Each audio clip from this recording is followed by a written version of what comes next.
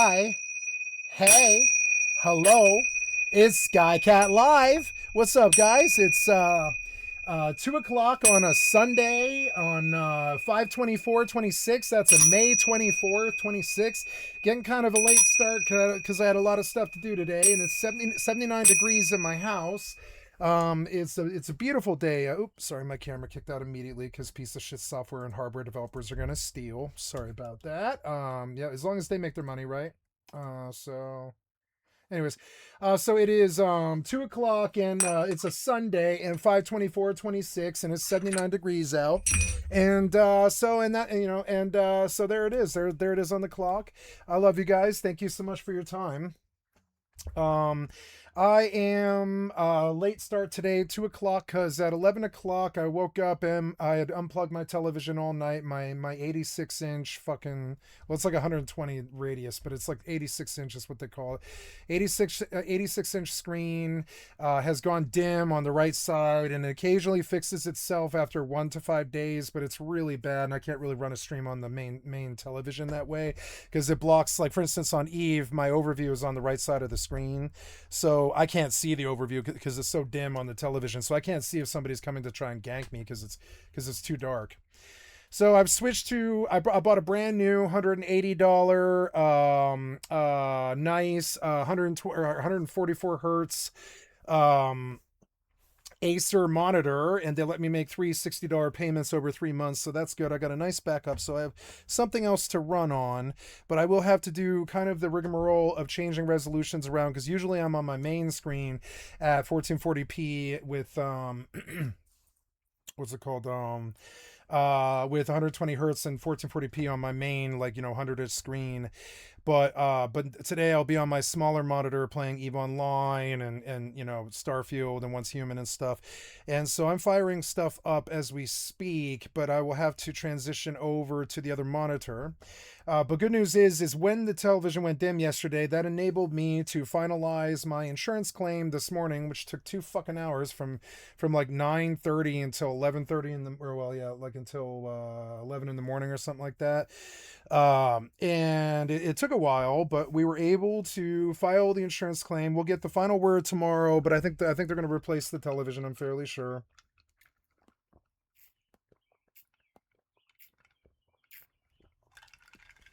Sorry, I'm a bit dehydrated. And so I spent an hour and a half doing that. I had to take pictures of the back of the television and the front of the television. I had to sit on the phone with the insurance examiner, and I had to do all that stuff. And that was the second time I had sat on the phone with the insurance examiner. I did the same exact interview again. This time we confirmed that it really wasn't working and that something needed to be done. So what's likely to happen is, I don't know, they might just scrap the television. I don't know if they'll do that, but they might just scrap the television. I don't know what's going to happen, but if they do, I'll just I'll maybe sell it. Somebody sent a contract to me of what? This is by Andriana Mitrofanova. Oh, drone damage amplifiers, huh? Oh, through Onato. Okay. Oh, okay.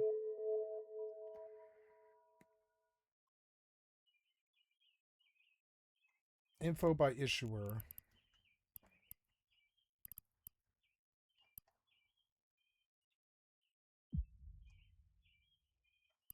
Is this guy blocked? No. You will get... Okay, so you sent all that back to me? Okay. It's an honorable pilot.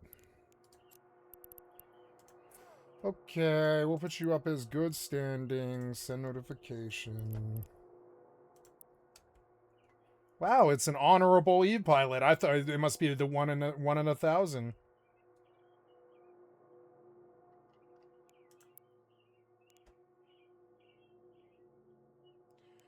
Send the mail.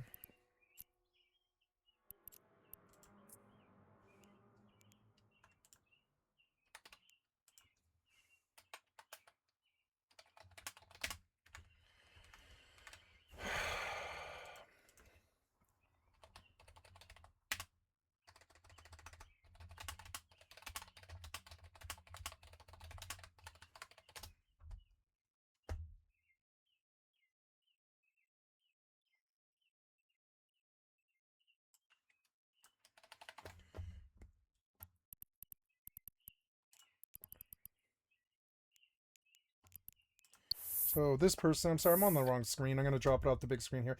So anyways, sorry, I logged in. I had somebody send me a contract and it distracted me. I'm sorry. I totally shouldn't have done that. And I need to be more self-aware. I'm sorry about that. So, then I did all the insurance stuff. I expect to hear back from them tomorrow. It'll be a yes or a no. If not, I'll just buy a new TV. It's fine. We got good usage out of this TV for 3 or 4 years, and it's good, or whatever, 3.5 years before it started getting dim. And so then after that, I went out and I went walking, and I walked for 5 miles, which is reflected here. I'm going to share with you guys. I closed my exercise ring. I'm going to try and get to how much I walked. There it is. Today, I walked, right now today, you can see it says today. Oops, sorry, it's very bad at this. God damn it, you're fucking bad at this. Why are you so bad? Why do you close the watch face after 3 seconds? It's so fucking stupid. Piece of shit cocksucker brain dead developer. You are fucking piece of shit cocksucker brain dead developer. So, damn it. Go back to the exercise ring. You're so fucking... Apple is so fucking bad at what they do. Yeah, go. There we go. So, if you see... Wow, you just can't keep it open, huh? Can't keep that open? There. 6.36 miles, 13,799 steps, right? Yep, 6.36 miles is what I walked today, which is good. And not all of it was during the walk. I had to walk back and forth from the house like 5 times. That's almost like a half mile or something like that. But anyway, so that's my day. It's why my face is all red. I was out in the sun for like 2 hours, and I'm gonna be walking 5 miles every day, especially since I quit drinking. I have a little bit more, oomph and a little bit more motivation and stuff. And so, doing good. I just quit drinking 2 days ago. We'll see how well that goes. I gave my credit card to my mom, so I wouldn't buy any vodka, and wouldn't even be tempted to buy any vodka or anything like that. And so, yeah. And now I'm gonna be playing some EVE Online on the second screen over here, but I've got to drop it off the big face and see what the situation is with the OBS, because I made a monitor change today.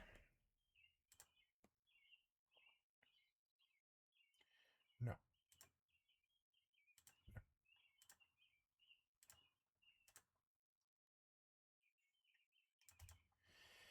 Anytime that you do a monitor change, I think I need to actually remove the display capture and add the new one, or you get frames issues. So I'm going to do so now. Give me just a second.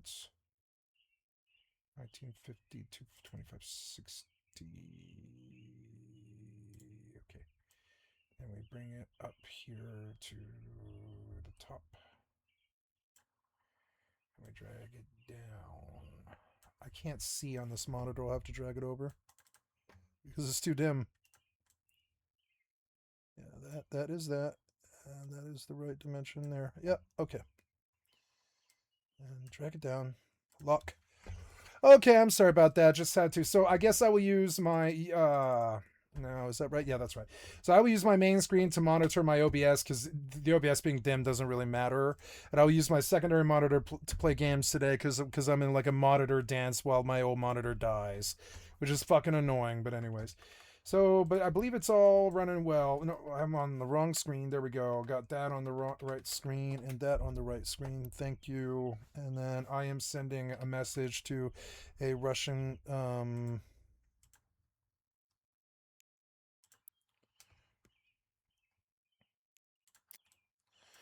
then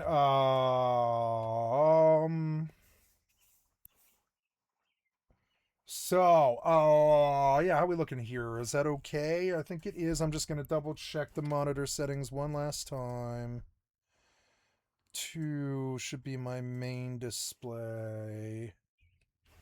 Let's see how that went for OBS. How's that going? Yeah, that's going well. I can't seem to put it in 1440p in the right resolution, because when I try to switch it to 120, it like reverts. Yeah, I don't think you can do this, which is annoying. If I switch to 120 hertz, sorry for all these problems, but it's just, piece of shit software developers are gonna Piece of shit software developer. It reverts to 2K. Now this, I feel like this is a scam. They said it would run 1440p 144, but I don't think. Well, maybe it will. Actually, it might be my cord. You know, I didn't even think about that, but maybe I'll try a different cord real quick.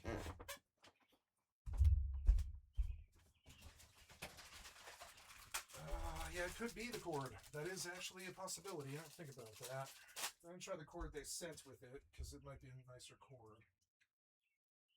Yeah, that's looking like a heavy-duty display cord now. Oh, do I have a display? I do, yeah. So.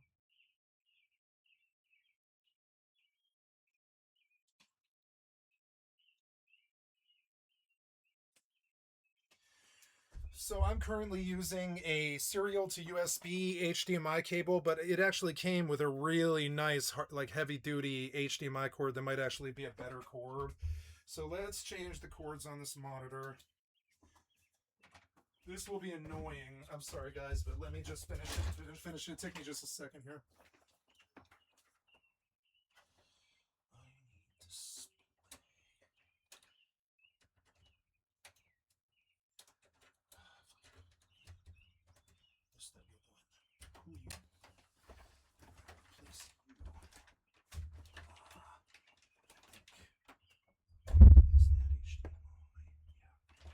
So, I've got to plug this cord in. I've got to put it around the right side, and then, oh God, I'm going to have to get out of here and see.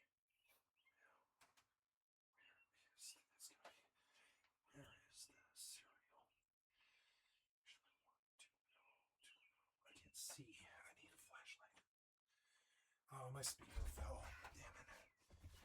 Almost done, guys. Sorry, give me just a second. Can't really see. That thing. So,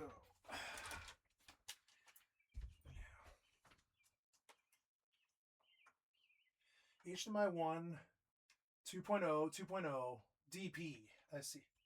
I see. So,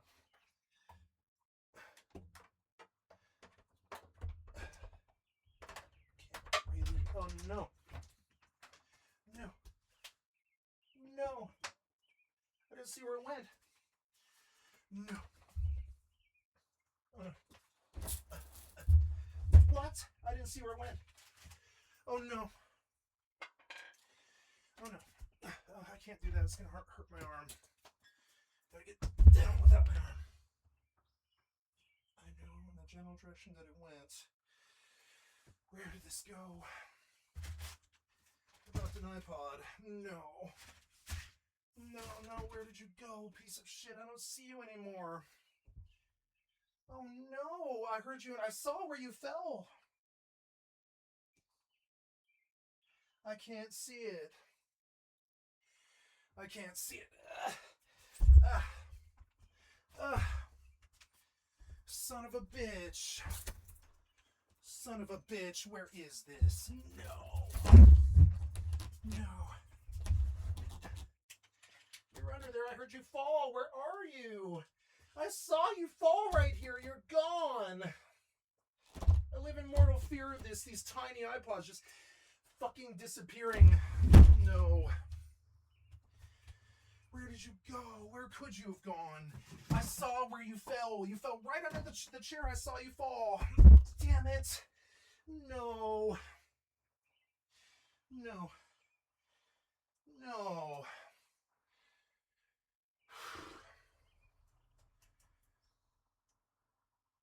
Can you make my iPods make noise?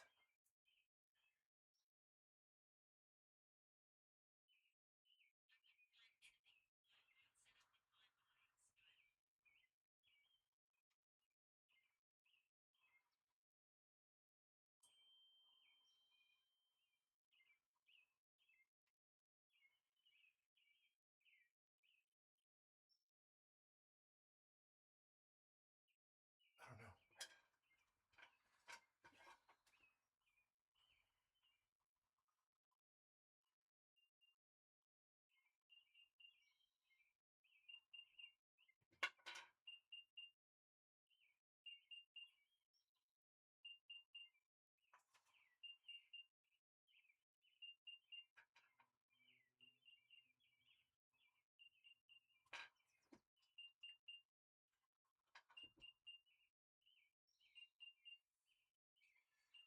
Find my device.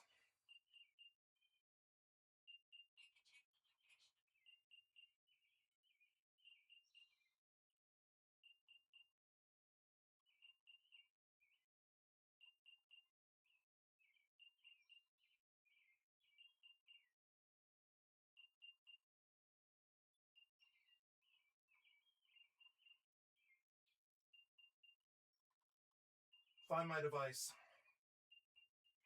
God damn it, I hate losing these.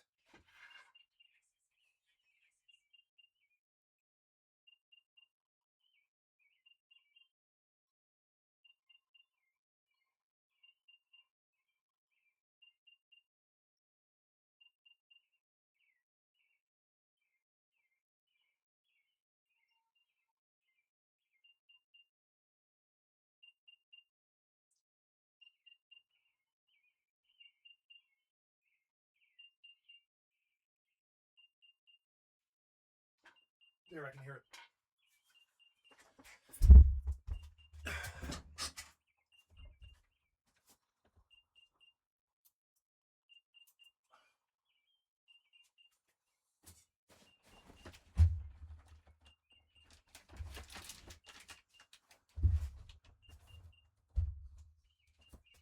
Oh, where is this? I can hear it, but I can't see it.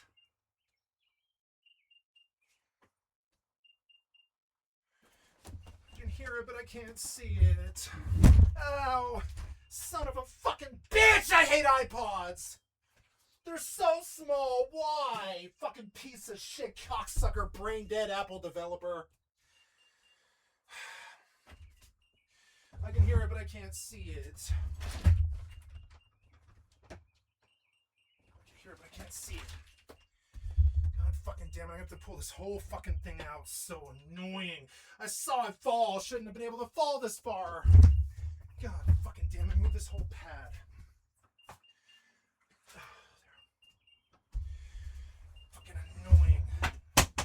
So fucking annoying. So fucking annoying. I hate Apple. They're the worst company in the goddamn history of mankind.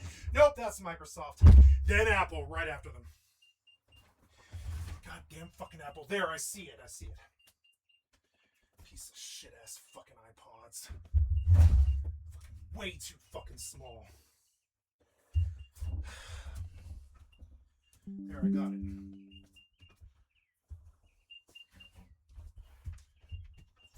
So annoying. Stop, stop. Ah. Stop, stop. Okay. Okay, got it. Jesus fucking Christ, developers suck dick. They waste so much of your goddamn time. Fucking piece of shit ass cocksucker fucking software developers and their fucking time stealing piece of shit ass fucking design, piece of shit ass fucking rules and their problems. Fucking piece of shit ass cocksucker fucking software developers and hardware developers. So bad at what they fucking do. I gotta get water in this dish.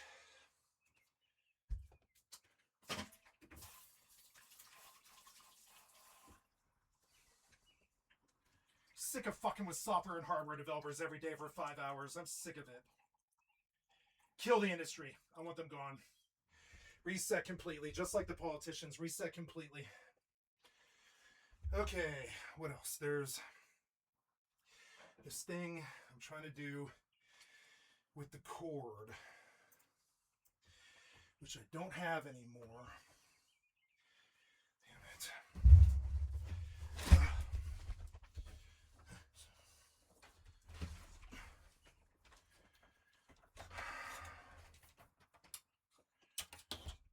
So I'm trying to plug in a fucking display board.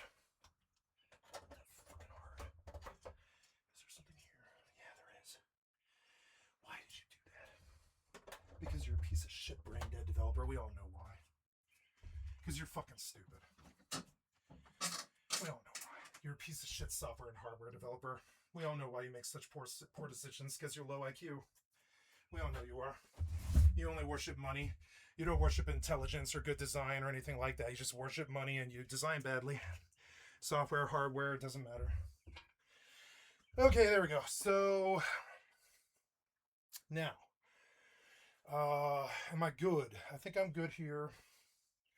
No, I need to turn on the fans in here.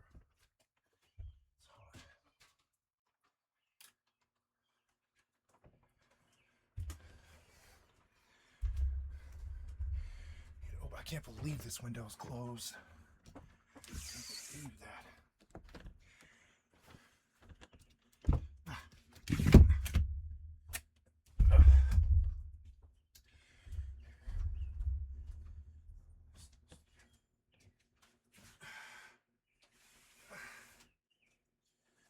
That's not good enough for now. I want to open one for the cat.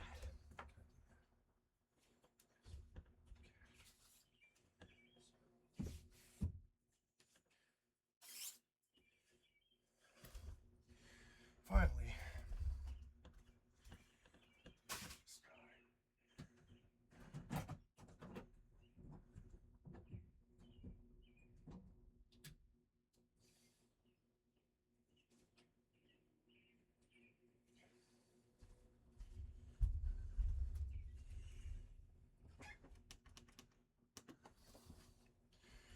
Okay. All set. Sorry, I had to do a whole bunch of stuff because, oh, guess what? My television fixed. My fucking television fixed. And now all of this was a waste of goddamn time. But hey, at least the original problem is better. You are currently in... 2 is in 3840 by 2160. I want you in 2560 by 1440. Okay, keep changes. God damn, I fucking hate software developers. Fucking piece of shit thieves and their hardware cocksucker friends. Piece of shit ass fucking software and hardware AI pieces of shit. Fucking stealing from children. Robbing fucking adults. Phoning the cost of business into the consumer. All the stuff that they do. Their tortious negligence. Their piece of shit ass fucking problems. So anyways, here we go. Doing battle with the piece of shit software developers. 120, and this is on this screen. Good. And then we're going to go back to display. I want to make this my main. Good. Identify 2 and 1. I want you to be in 2560 by 1440. The events. Ooh, look, it is a 240 hertz monitor if you have the right cord. Now, does the other monitor do that?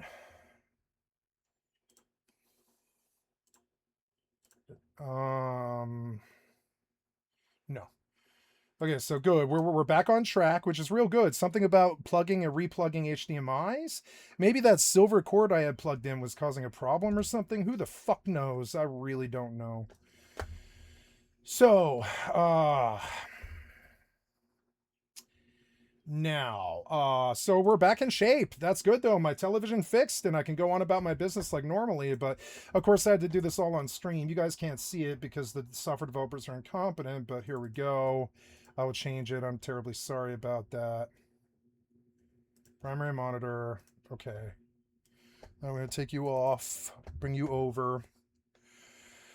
Okay, now I had to tear my house apart to get to a single iPod, which is so fucking annoying. Anyways, HDR on 1 is off. We're going to turn it on. I don't want the second monitor in a higher refresh rate than the first one is in. So we'll sit you at 120 because it's just, you know, it'll extend the life of the monitor. Now it looks encoding overloaded for some reason. And it's all like weird looking for some reason in that particular refresh rate, I guess. I don't really understand. So try 240. Maybe that's better. Keep changes. No, you are just... Oh, no, maybe it's the HDR, actually. Maybe you don't like the HDR. I don't know. Yeah, it is not an HDR monitor, huh? Okay, well, I'm learning a bit more about my monitor. All right, so we are in 240 hertz, which doesn't bother me. That's fine. It's a good refresh rate. Okay, going back to change resolutions on Eve. We are currently in 2560 by 1440 in full screen. DLSS off, and all the settings are good. The other one is, yep, 1440. All the settings are good. Good. Oh no, this has to be fixed, and I'm sorry about that. Just, you know, trying to get all the hardware and the software working, but you can tell that it's industry based around taking advantage of people who have more time than the developer does themselves. So they just pass the cost of business on to the consumer and pray that you don't run into problems with their product. But I mean, they should release a product that actually works. So now we're going to do unlock. We're going to bring you the video capture. No, the display capture. I want to lock that. Unlock the display capture. Make it smaller. Smaller. Way smaller. Smaller. There. Okay, so lock. Okay, I think I'm finally through all the terrible hardware problems that started while I was sleeping. Piece of shit cocksucker software developers are gonna fucking fuck you while you're sleeping. If you're an actual gamer, you'll understand what I'm talking about. While you're sleeping, problems are mounting with your monitor, your software, your router, your video game driver, your video card, your software, your games, your patches, all that stuff. While you're sleeping, some piece of shit cocksucker hardware or software developer is absolutely plotting your demise and failing as we speak. I mean that too. While you're sleeping, they'll fail you. So anyway, so a lot of problems cropped up while I was sleeping. I was all dealing with an insurance claim. I really had no idea any of this stuff had cropped up, but it did. So while I was sleeping, so it was totally fine last night. But okay, here we go. So, oh no, there's one more thing I want to try. Now that the TV's back working again, I want to you to put it in the same refresh as the other monitor. Yes. And then the only other thing is I want to go back to display to the first one. And I think I want to... oh, no, I don't want to bump it because the OBS is currently in the correct thing. And I know that 4K it will not run well in 4K. So that's okay. It's running well in 1440p. It's got a better core. We're getting better latency. 80 FPS with 2 clients open. It's looking a little choppy, like on my OBS screen. So I'm going to remove this display entirely. I'm going to add another one.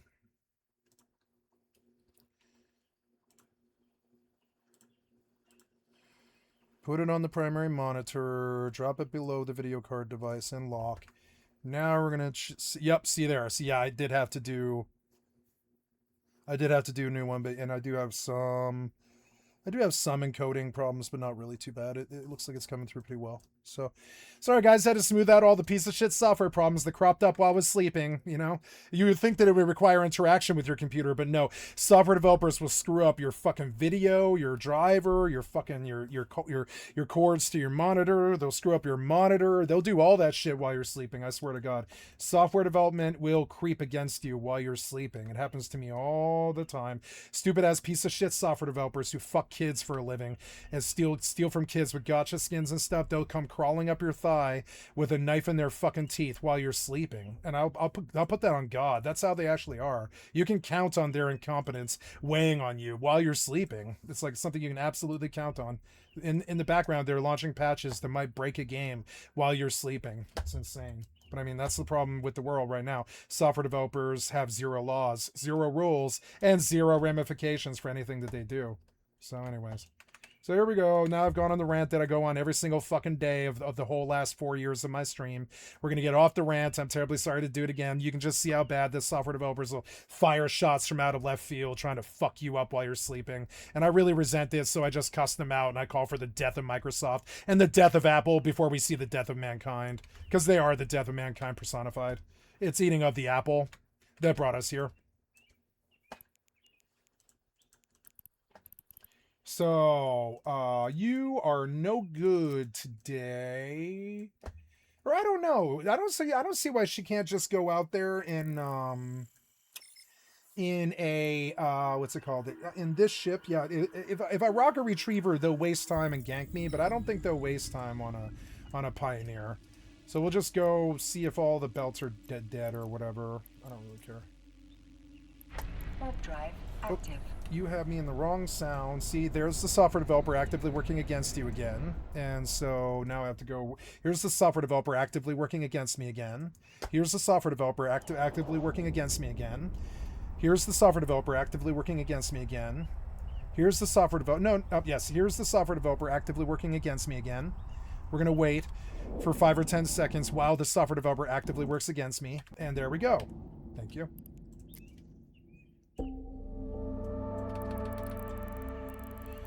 Somebody let Plague. That's fine by me. I don't know. I don't care about that.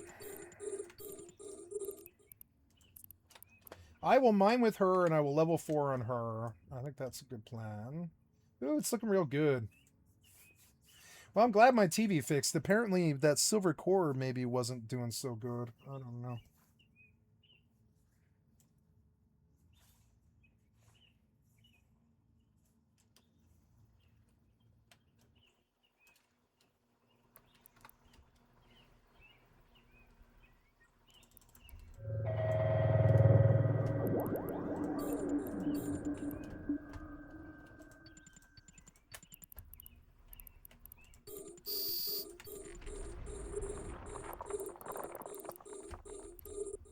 Why don't I see anything? Oh, because there is only like 6 asteroids left and they're all small. Eh.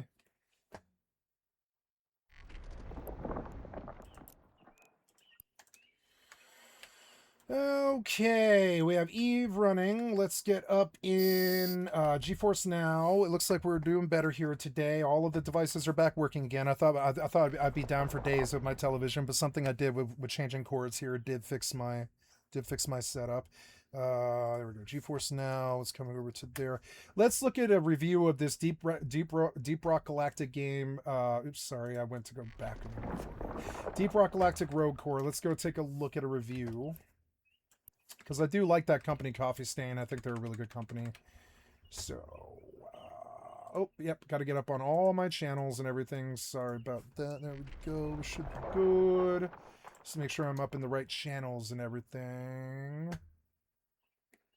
Battling all the software developers live and in real time. Fuck the hardware, fuck the software, fuck the damage that they've done to the world. Bunch of child rapists, piece of shit fucking Nazis collating the Jews in World War II. Piece of shit international business machines, fucking traitors will fuck you in the ass and steal your time.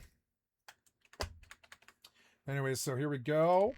Going back in YouTube here, we'll go into my my YouTube as well as my channel content.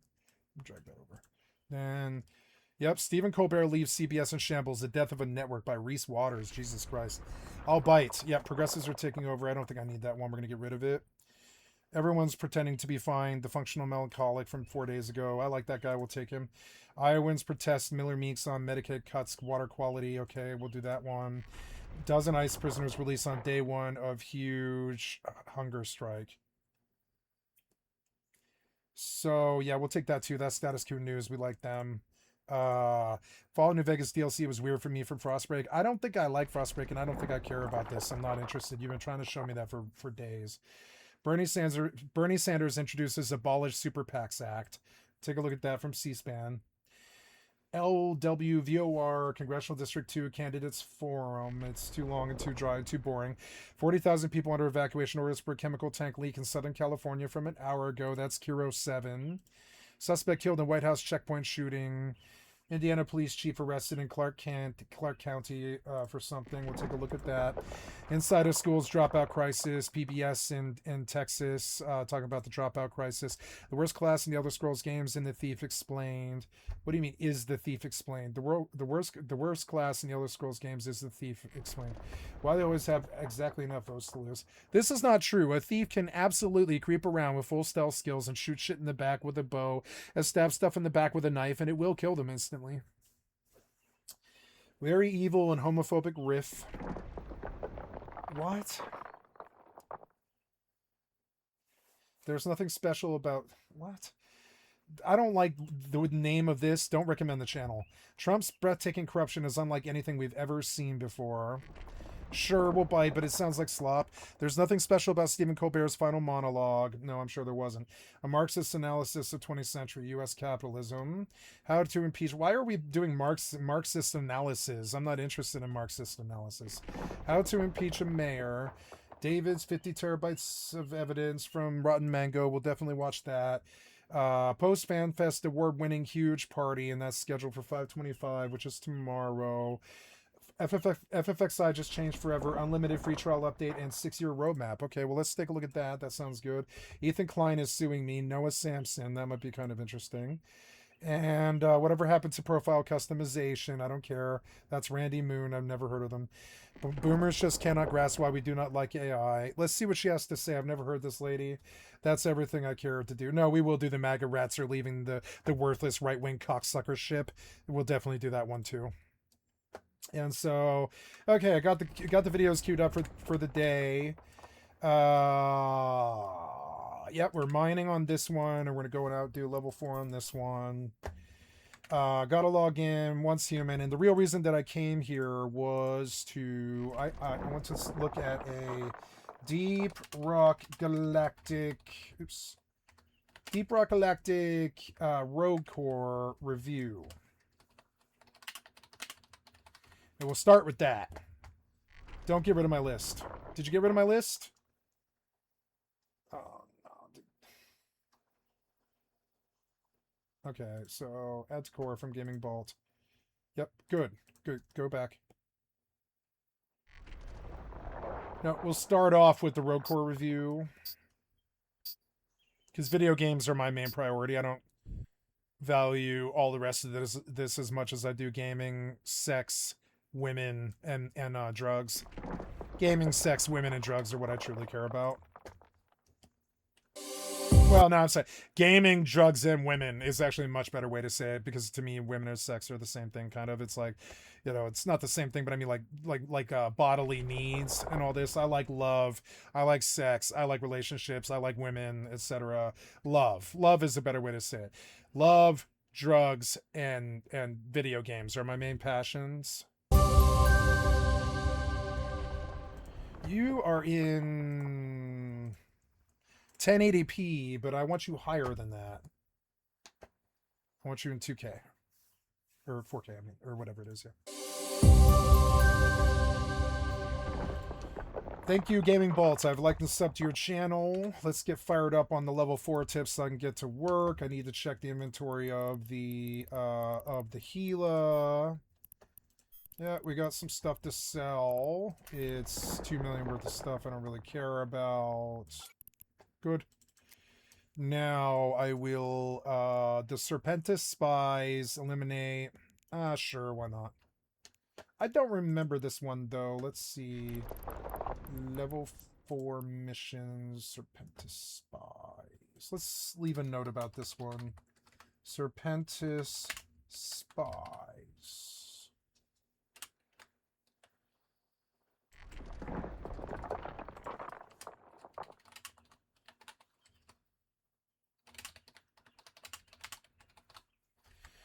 Okay, so moving on.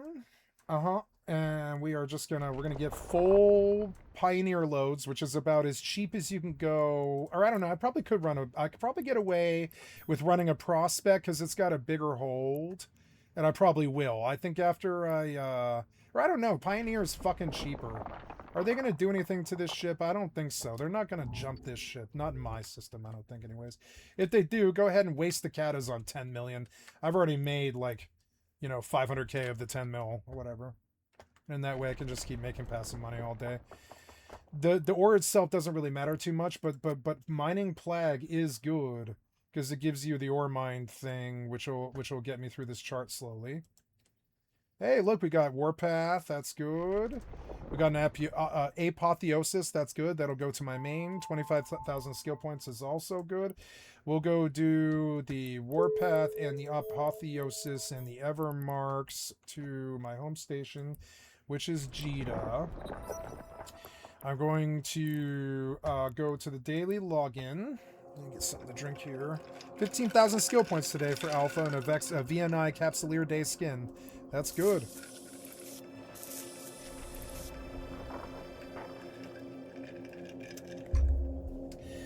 Now, what channel am I in? I am in, right now, just chatting. I want to go up under Eve.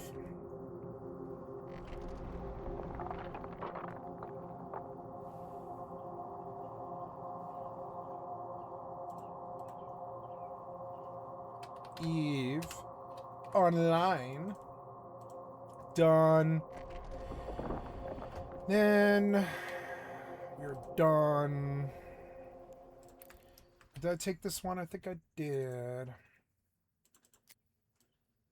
So.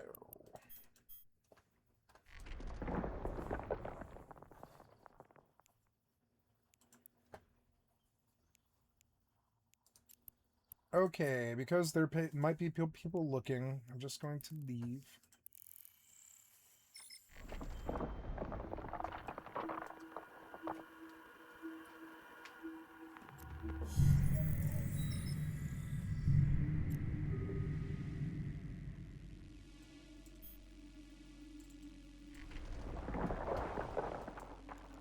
Now, jump.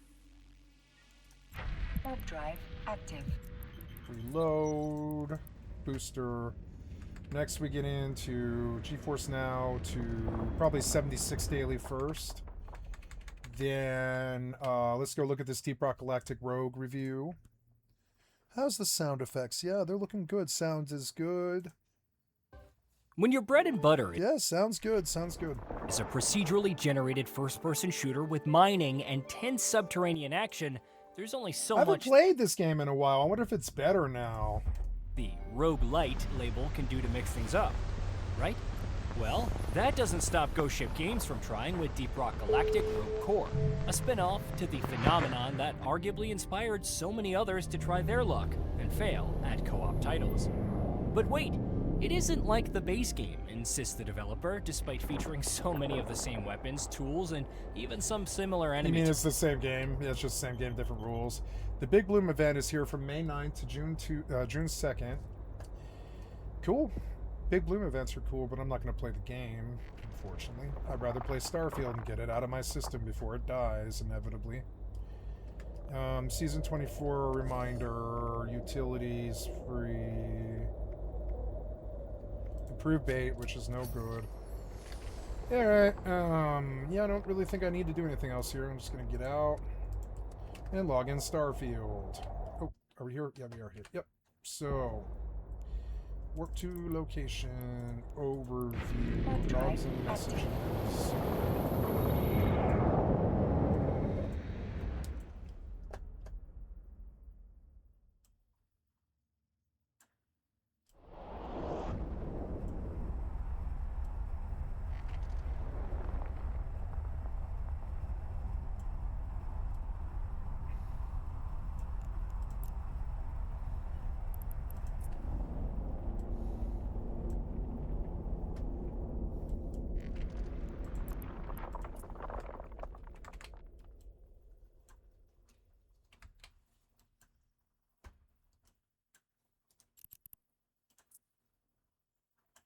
Warp drive active.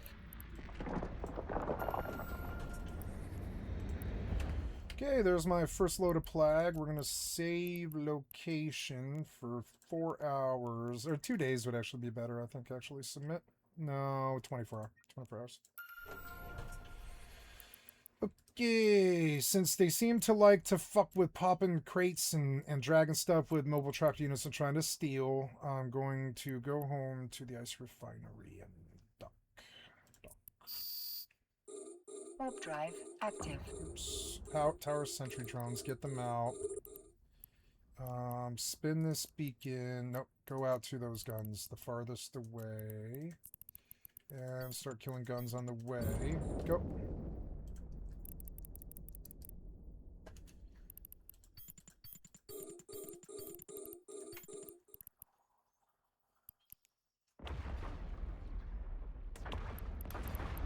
Hey, my TV's back to normal. Yay. Docking request accepted.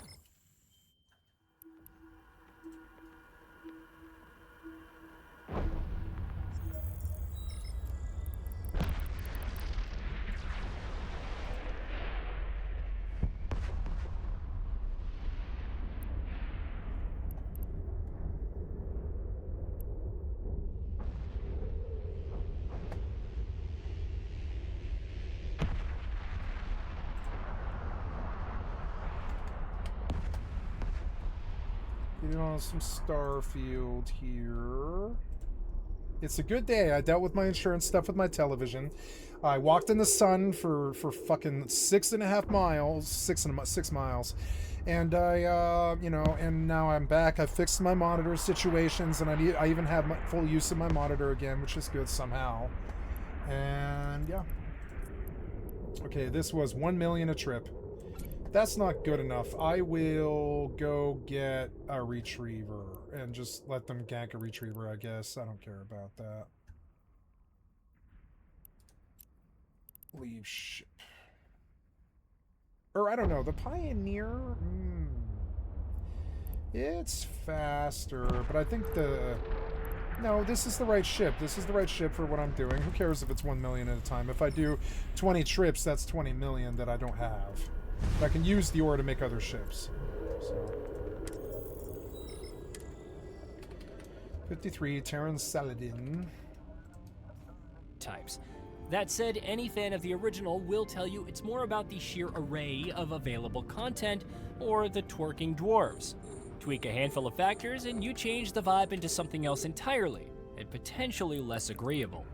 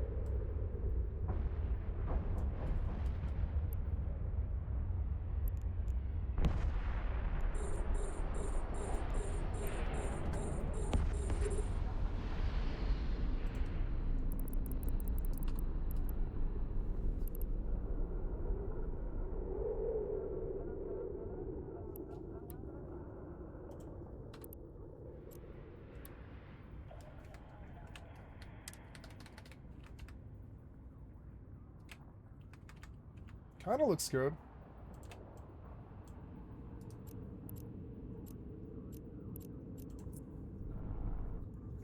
Warp drive active.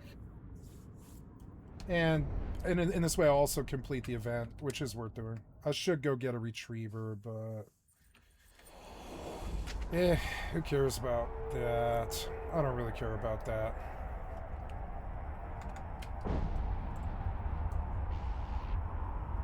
A module has run out of charges.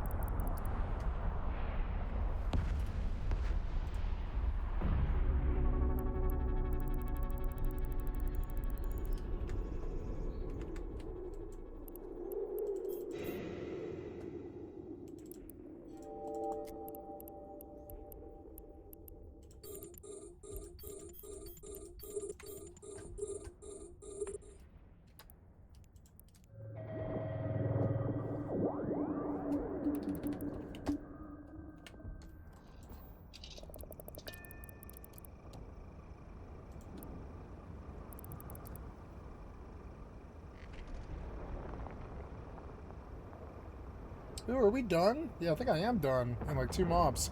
That's cool.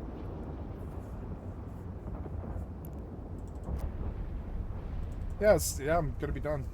Ooh, this was good.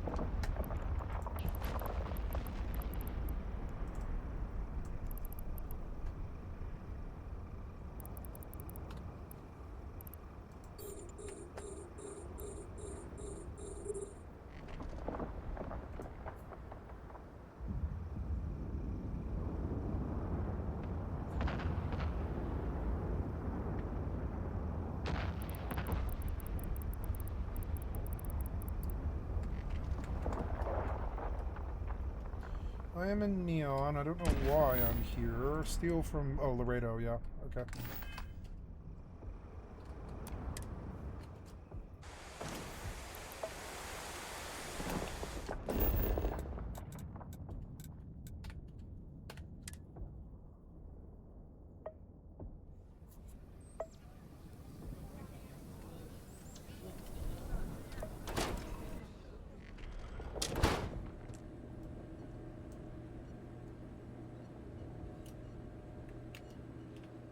I'm here to steal from you.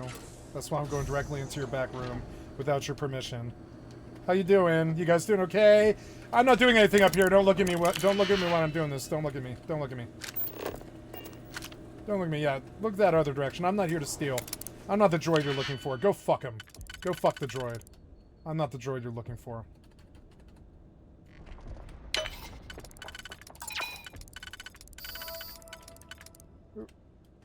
Yep, and that was the last one. Nice. Pull in the Jones, go to the mobile track unit, and we're done with that level 4. I don't know if that's it. I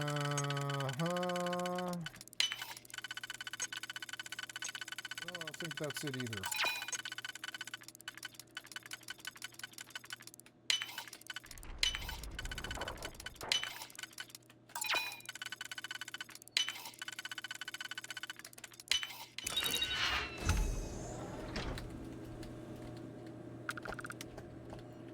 Case of ultra batteries. Is that what they want? That must be on.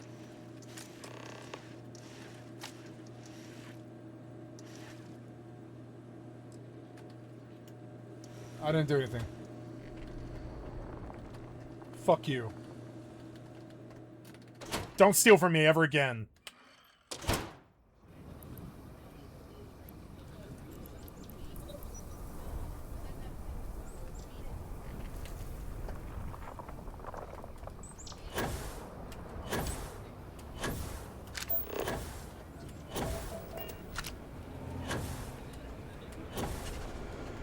Oops, I meant to...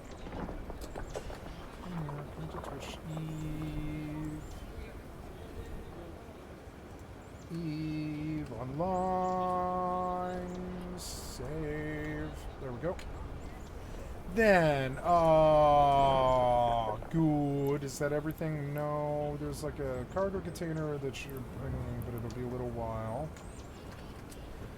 I am going to take this back to the key.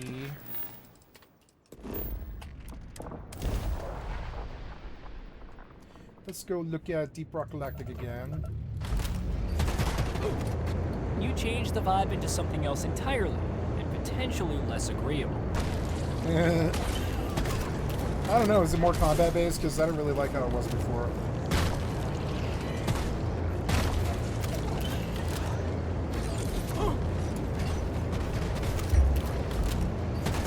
My thing was you couldn't solo this The premise involves Hoxes, a planet laden with precious exp decide, Don't care. or as is usually the case, die, and die. Back its core, DRG decides to send in its Reclaimers, a crack squad of operatives. I was not aimed at the key for some reason.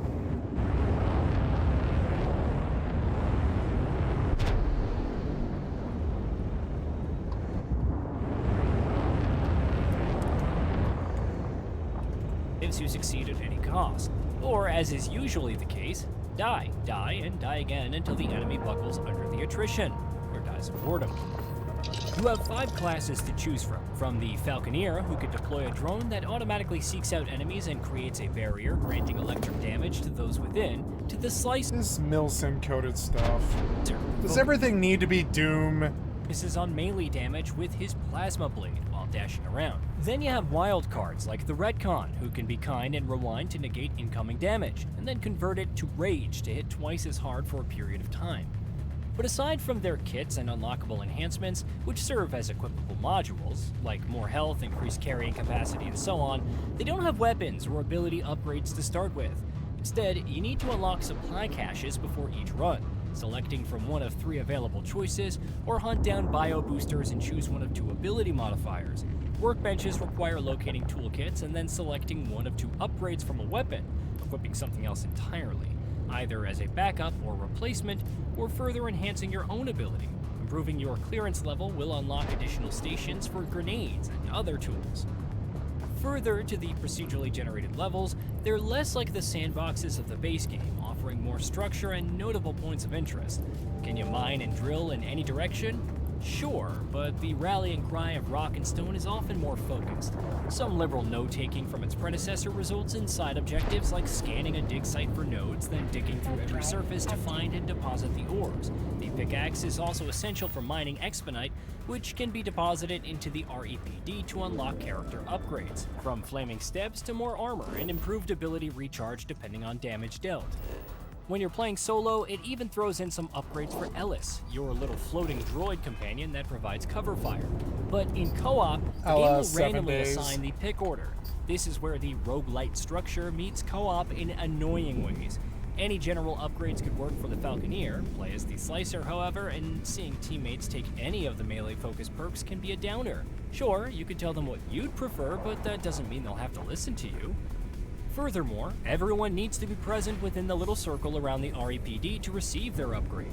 What if they split up, covering more ground because that's the most optimal strategy to net all the different upgrades, in one of the pitfalls of solo play? Or if someone just spawned in, have fun waiting for them, or drop whatever you're doing and meet them en route to summon the REPD. You can, and most likely will, Graphics are a bit better than they used to be in the frame rate. But did you need to remake your original game? Shouldn't you have just made the original game better? Just saying. Where am I going? No, I don't want to do this. I wanted to undock. Oops. Nope. Oh, I keep hitting the wrong button for undock. Oops.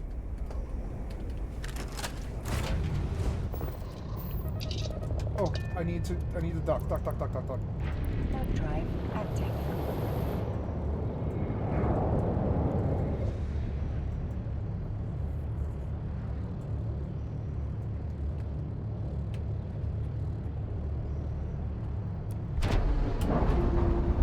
Someone just jump in? Like someone just jumped in as I debarked.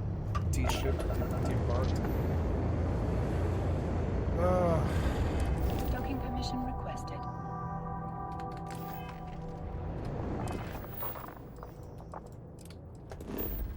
Docking request accepted.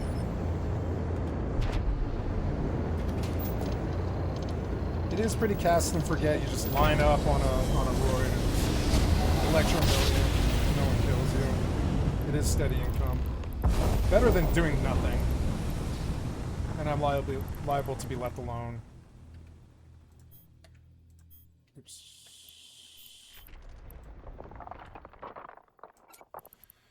I want to check my booster status. Booster for 1 day, 5 hours. Not bad. Okay. Going back out, but first, gotta turn in view mission. Complete mission. Not bad. Request mission. Anomic team, I'll decline. Request mission. Anomic base, decline. Request mission. Anomic agent, decline. Request mission. Worlds collide. Nice. That's good. Did one of those yesterday. It's the annoying one, and I'm sure I'll probably face harassment again, but yeah. I could just come back in what's it called?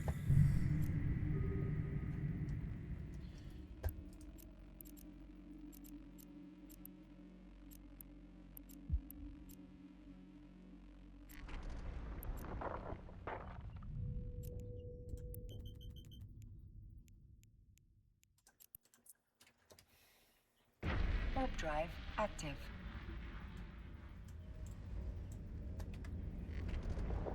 The asteroid is depleted.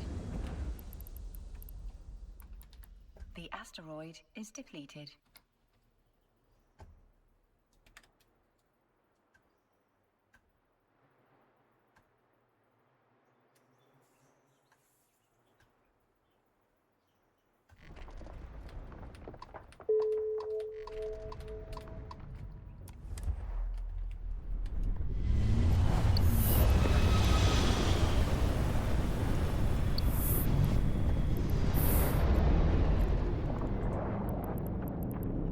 75, 250, 325,000 skill points. Ooh, new booster. Let's go see some run.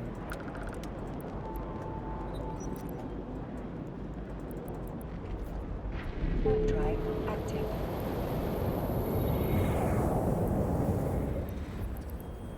$545,000 unused skill points.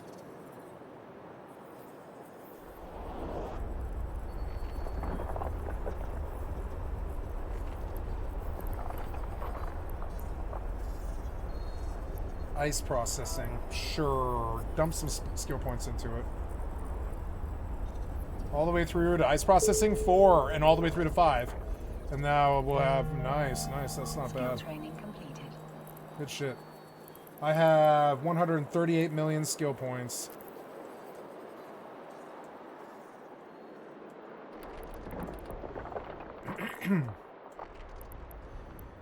So we're to orbit this beacon, I guess.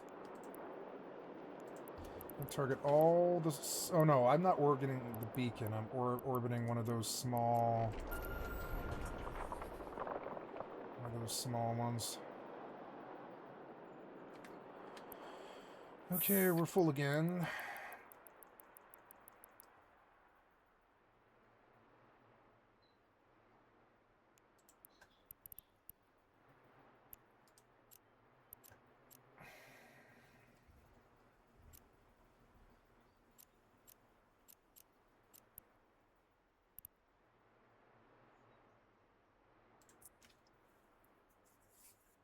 Warp drive active.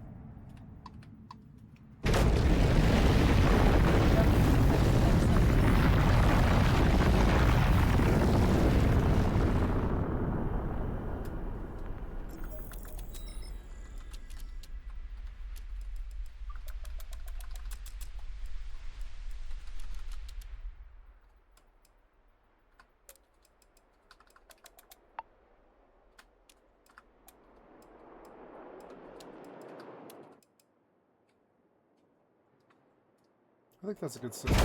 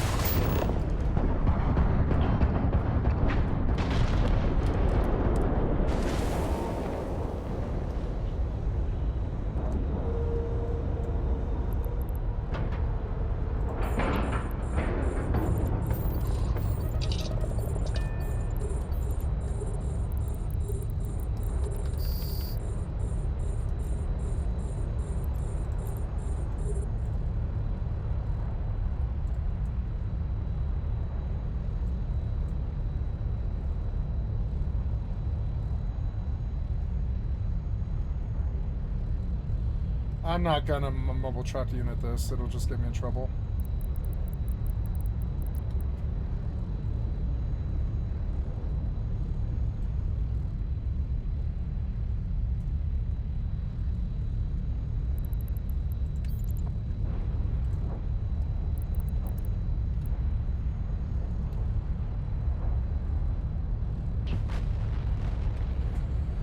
Looks so good on my big TV.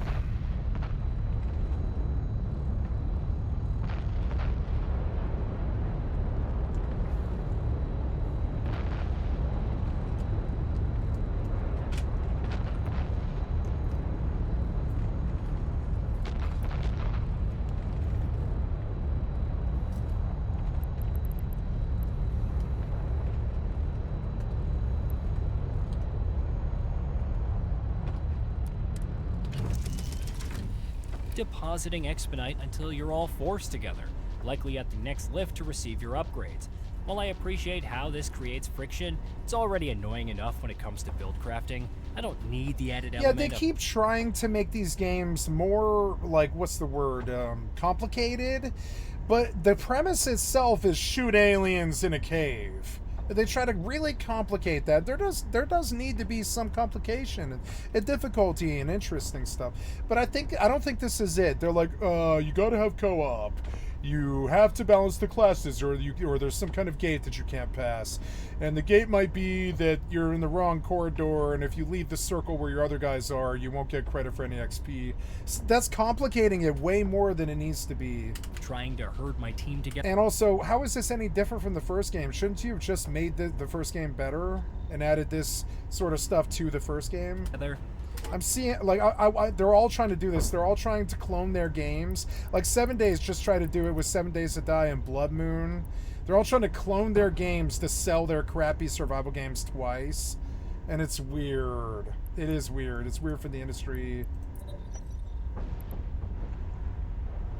These guys, they're, like, chasing me, I guess. Yeah.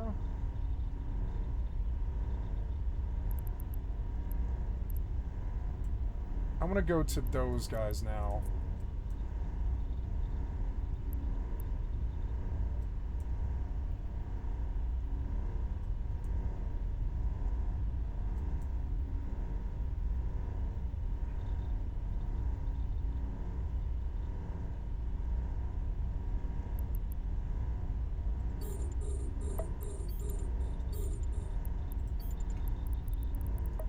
Ooh, I was able to get a target on him. That's good.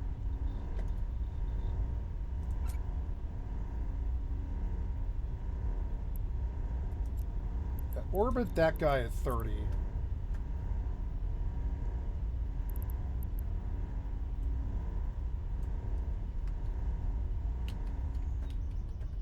Wish that chair wasn't so loud.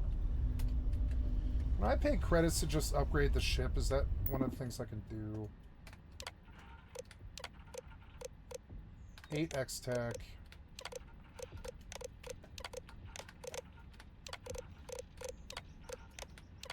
It's all X-Tech, huh? That's okay.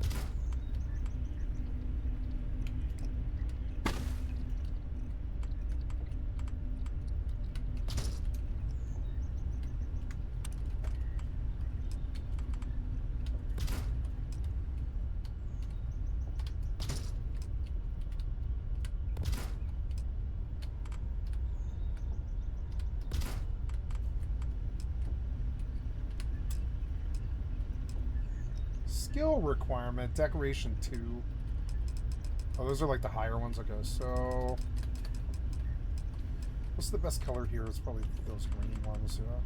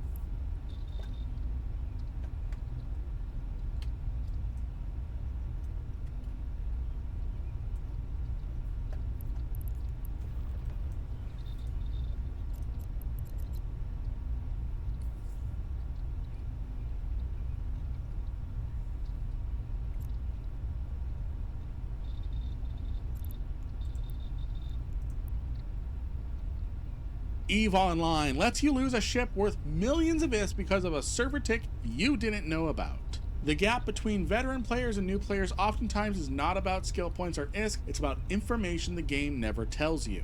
Today, I'm fixing that. I've compiled a list of the hidden mechanics, shortcuts, and systems that EVE barely whispers about. A few of these will make you question your knowledge of EVE, and at least one of them is going to save your ship by the end of this video. You know, if you watch this before the next time you undock. EVE Online is too big to explore alone. Let's explore it together. Welcome back, everyone. I'm Lynn Rankin. I've spent a long time in New Eden, and I'm here to share with you what I've learned and continue to learn in this amazing game week.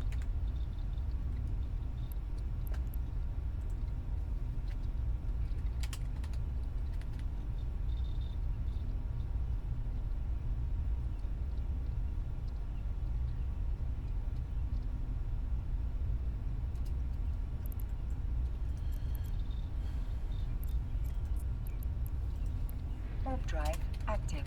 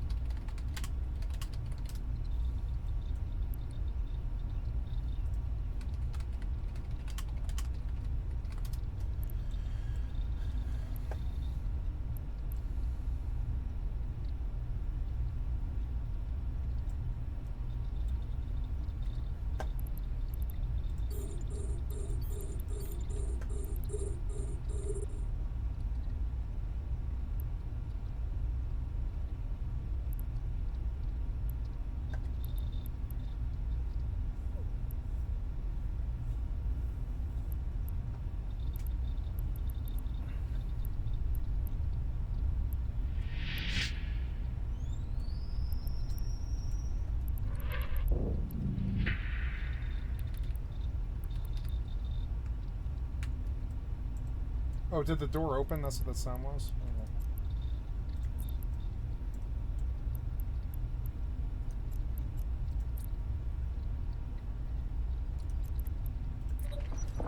The asteroid is depleted.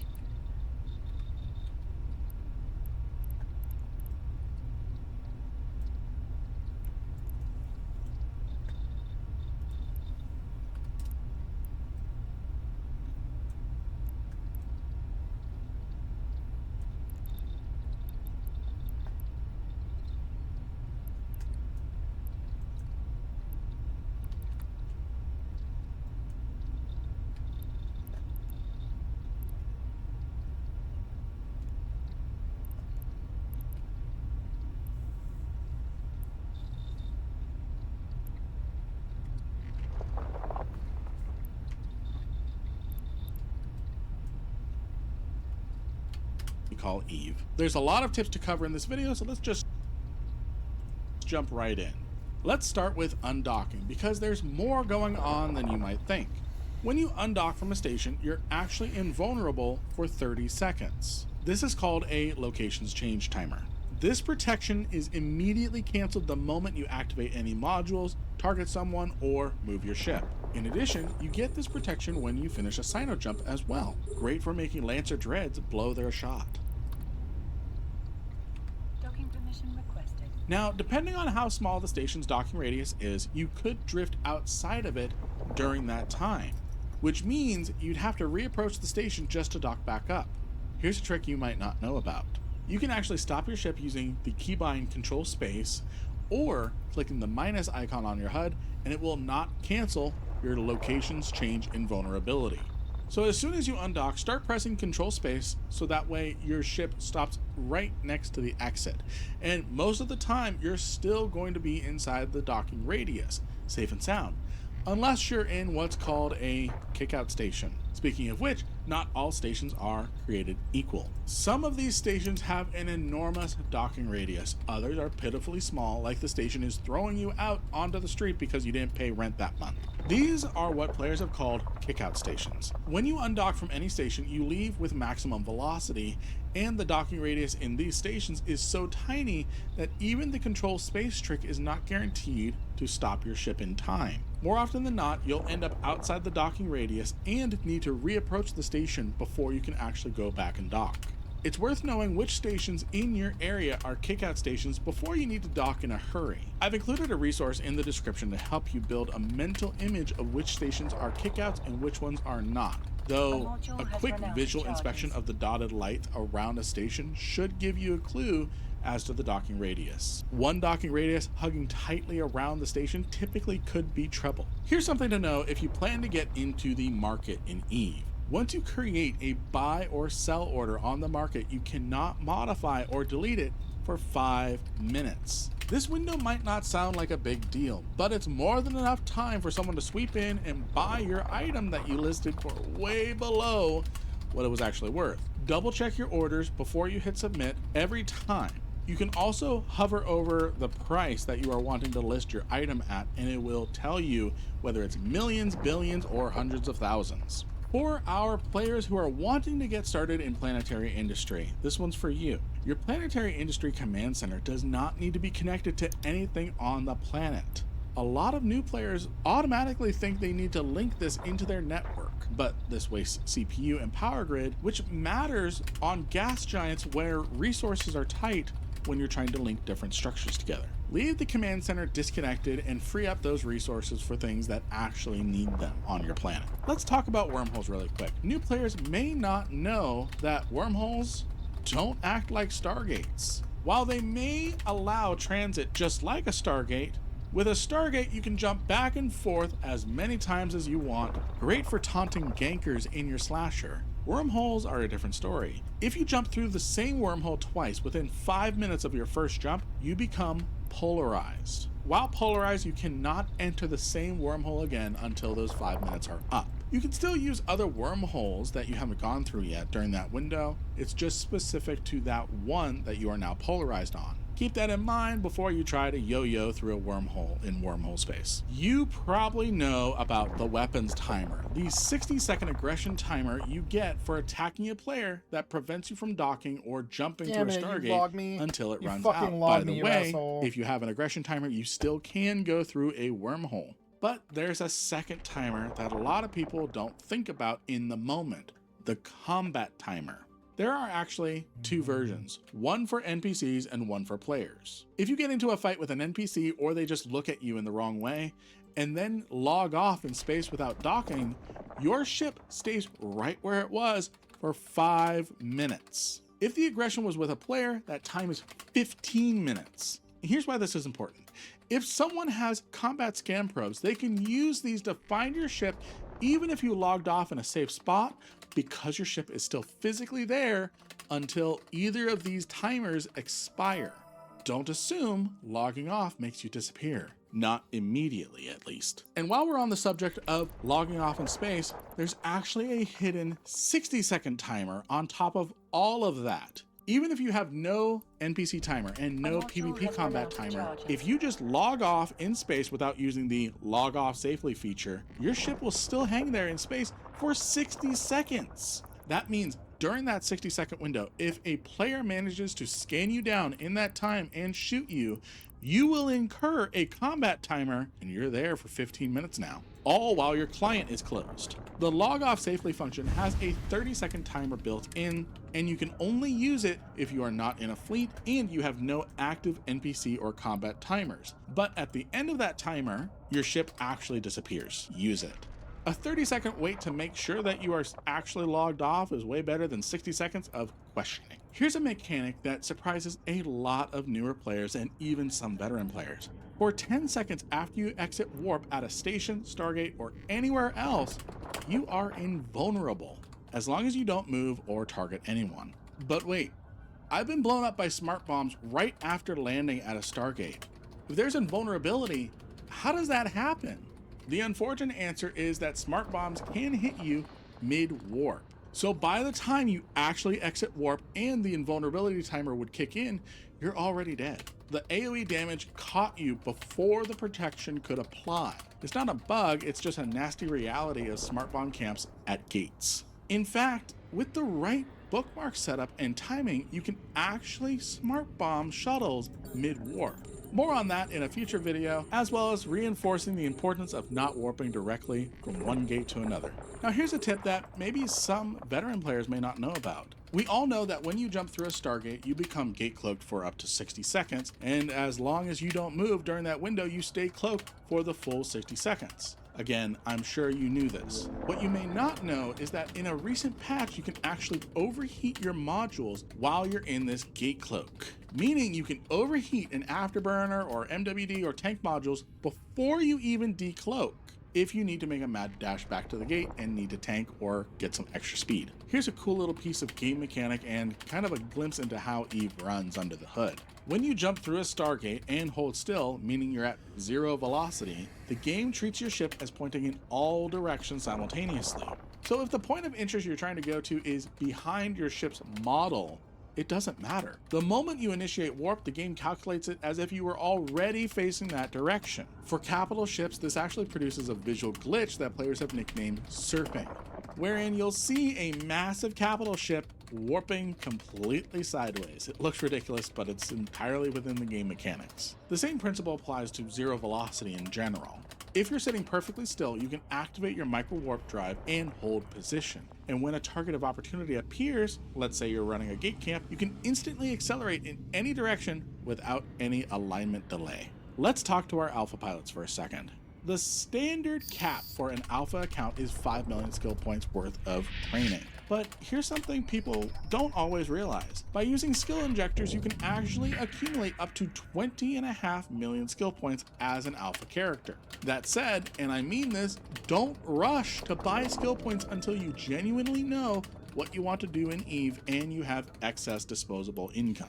This game is enormous. It's not going anywhere. Form a budget, do your research, figure out your goals first, and always wait for a sale before making a purchase on skill points. Here's something for my explorer friends. When you're scanning down cosmic signatures, the vast majority of them will be located within 4 AU of a celestial object, a planet, a stargate, something along that line. This is a remnant of an old gameplay system in EVE where you had to manually move each of your probes individually rather than as a group. So cosmic signatures were usually within 4 AU to not drive people insane. However, later on, when you could move probes as a group, some signatures were added that spawn within 8 AU of a celestial. These include sleeper caches and certain types of wormholes. Knowing which signatures fall into the 8 AU range lets you scan smarter and faster. Instead of dragging your probes around all over the system at 32 AUs and then working your way down, you can focus your search intelligently and cut your scanning time in half.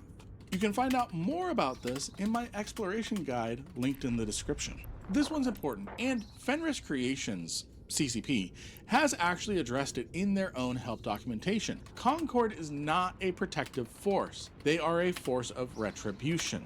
They will not prevent a crime from happening to you. They will show up afterwards and deal with the aggressor. And their arrival time is not instant. Even in a 0.9 security system, on average, this will take 5 seconds for them to respond. That's enough time for a well-coordinated ganking team to destroy a freighter or an untanked hauler. On screen, I have a list of Concord response times that you can pause and refer back to. Stay aware, fly appropriately tanked ships through high sec, don't autopilot, and don't assume Concord is going to save you. Here's something that a lot of players get wrong, including myself, and it costs them ISK in opportunity costs. You can salvage other people's wrecks without picking up a suspect timer, meaning other players can't legally attack you for it. The key distinction is this: you cannot loot what's inside the wreck or the cargo container that gets created after you salvage it. That will cause you to go suspect. But the act of salvaging itself, completely legal. If you want to be a dedicated scavenger following players around and gobbling up all their salvage, you can do it all day without any legal consequences. Keep in mind, some players might try to gank you, which would kind of be funny. So best watch when it's time to make a hasty retreat. You may have looked at EVE Workbench or even my own fits that I've posted and wondered why we would put seemingly useless modules wedged between weapons or even our mid slots or low slots. Maybe a neutralizer is between two separate sets of missile launchers. It's not useless, especially when we're talking about heat management. When you overheat modules, they take damage, and so do the modules directly adjacent to them. By placing a sacrificial dummy module between groups of weapons, you absorb some of that overflow heat. The weapons end up damaging each other slightly less, which means you can keep them overheated for longer before they burn out. This is a subtle but meaningful advantage in extended fights, and understanding this overheat mechanic will help you lay out your fits so that way you don't burn out your modules so quickly. EVE Online runs on a server tick rate of 1 tick every 2 seconds. You'll notice this if you pay close enough attention. Commands you issue tend to register within about 2 seconds. That's just the reality of server architecture. Here's where it gets interesting for PvP.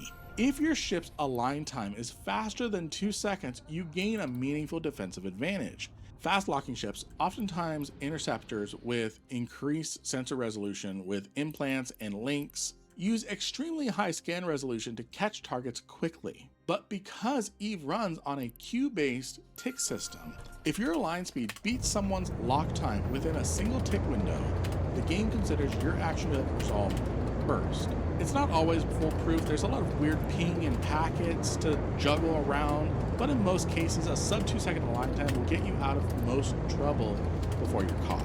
You probably know that if your security status drops below -5.0, you're considered an outlaw and anyone can attack you without repercussion. But here's the part people often miss. If your security status is at -2.0 or lower, NPC police, not Concord, the actual faction police, will actively chase you in certain high-sec systems. The threshold depends on the system security status. For example, if you're sitting at a -3.5 system security status and you enter a system with a security level of 0.7 or higher, the police will pursue you throughout the entire solar system. By the way, your cloaking device is also disabled. That last part catches a lot of people off guard. Speaking of cloaks, you probably know that missiles are physical objects that can be destroyed with smart bombs. This is the concept behind firewalling. But here's a lesser known aspect. Missiles can actually decloak a ship. If a missile or a bomb passes within 2,000 meters of a cloaked ship, it breaks the cloak. So if you're sitting cloaked on field while a fight is happening nearby, you're not necessarily safe just because no one's targeting you. A errant volley of missiles can strip your cloak without anyone ever knowing you were there first. Here's a really quick and short one. Autopilot is almost always a bad idea. Almost. Here's one good use for it. Find a station you visit frequently and create a bookmark deep inside the docking radius of that station without hitting the actual station model. When you want to dock, set your destination to that station, warp to your bookmark, and after your warp starts, then activate your autopilot. When you drop out of warp, you'll be inside the docking radius of the station and the game will dock you almost instantly. Did you know you don't have to move your own stuff? The player-ran organization Red Frog Freight has been hauling cargo across HiSec since 2010 and they're still going strong. Rates can start as low as 2 million ISK per jump with collateral, and they also offer options of extremely high collateral items as well as low sec and select null sec shipping. Setting up a courier contract is super straightforward, and their website at red-frog.org walks you through the whole process. Sometimes paying a professional is just the right call. Real quick, did you know that Poitot is the only name system in the Syndicate region? I'm sorry, I had to. It's tradition. Moving on. Here's something that can meaningfully shorten your skill training time if you plan carefully. Skills in EVE are tied to your character's attributes. Specifically, each skill has a primary and secondary attribute. The higher those skills are on your character, the faster that skill trains. You can adjust your attributes by going to your character page, navigating to attributes, and using a neural remap. For example, if you're planning on training a long stretch of skills that all rely on intelligence and memory, you can boost those attributes and cut your total training time significantly. You get a few free remaps early on, and after that they become available once a year. Tools like EveMod let you build out skill plans and model the optimal attribute configuration for what you're training right now. Be very careful though. One wrong remap and you could be stuck with a suboptimal setup for a year. For most players without a specific long-term plan, keeping your attributes evenly spread is the safest move. The biology skill directly extends how long any booster lasts. Skill training boosters like Master at Arms, standing boosters like Glamorex, combat boosters like Crash, all of them. At biology level 5, your boosters last twice as long. That 7-day skill training booster, now it's 14 days. And you didn't pay a single extra hit. Training biology to level 5 is a straightforward time investment that pays off consistently in the long run. This next one takes practice, but it's worth learning if you fly haulers.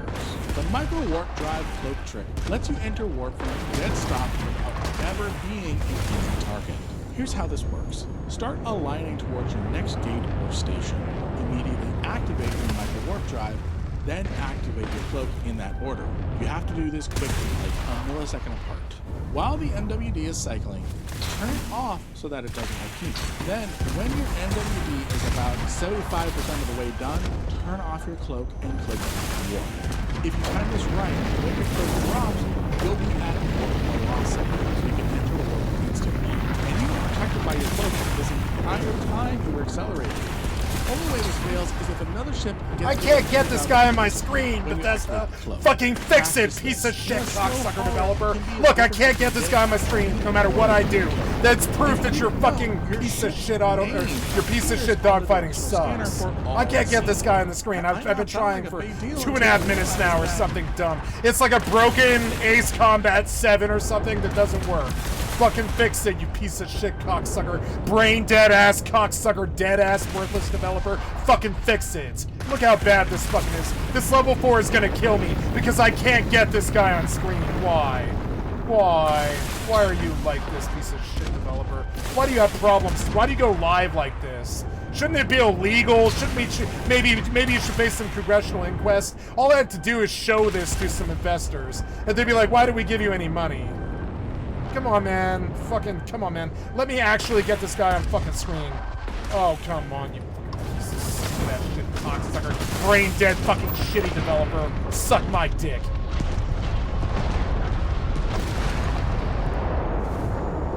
How's this level 4 way faster than me? What the fuck is that?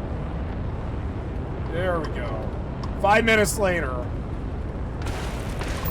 I can do the 5 shots it takes to kill this guy. Fucking dumb.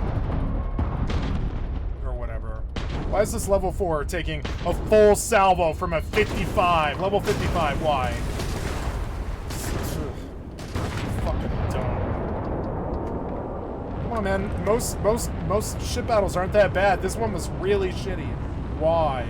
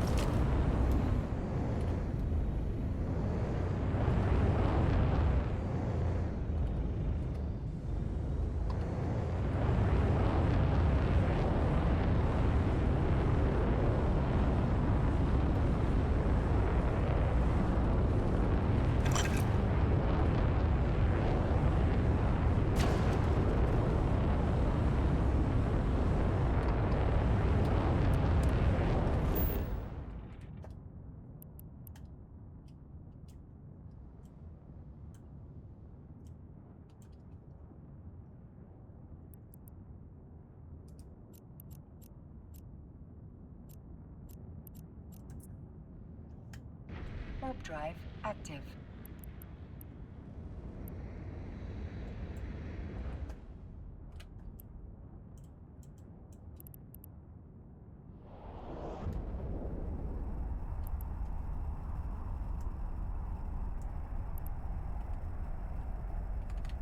anyone within 14 AU of you can see it at any time if you're not cloaked. If you've never renamed a ship after boarding it, it will display your character name right next to the ship type, meaning anyone who scans in your vicinity knows instantly exactly. I like this guy. You're good.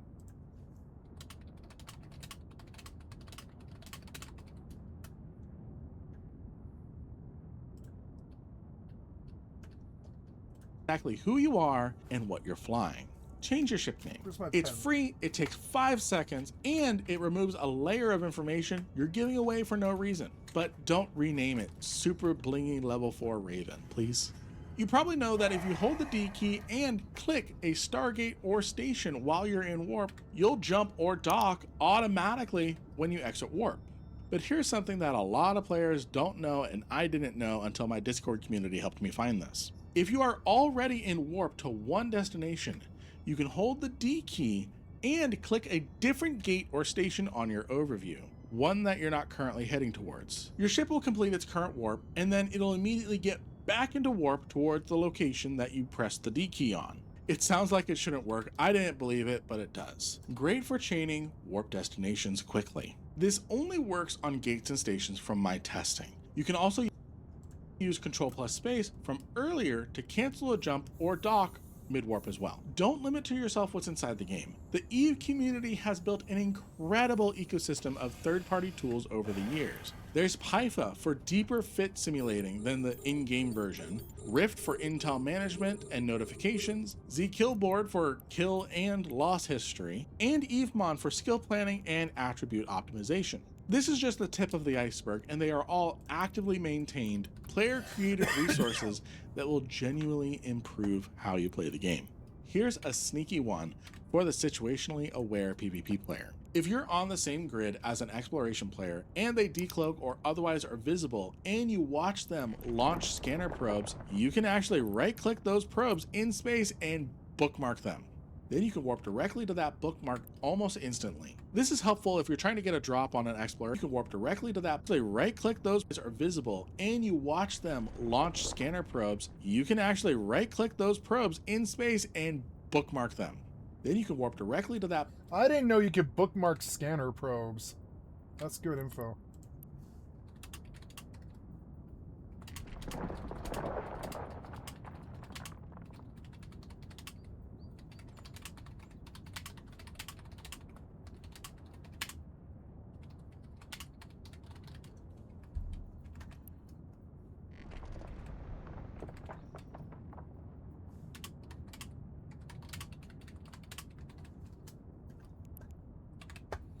Bookmarked almost instantly. This is helpful if you're trying to get a drop on an exploration player who decided to reveal themselves right next to you. If you're quick enough before they start scanning or warp away or cloak again, you may catch them with this trick. A common griefing and ganking tactic is to invite you to a fleet. If you accept, squadron commanders or fleet commanders in the fleet can warp you to a spot where they have a trap set up. The defense is simple. Always be in a fleet, even if it's just you. You cannot receive a fleet invitation if you're already in a fleet. Make it a habit whenever you log on if you don't already have a standing fleet to join.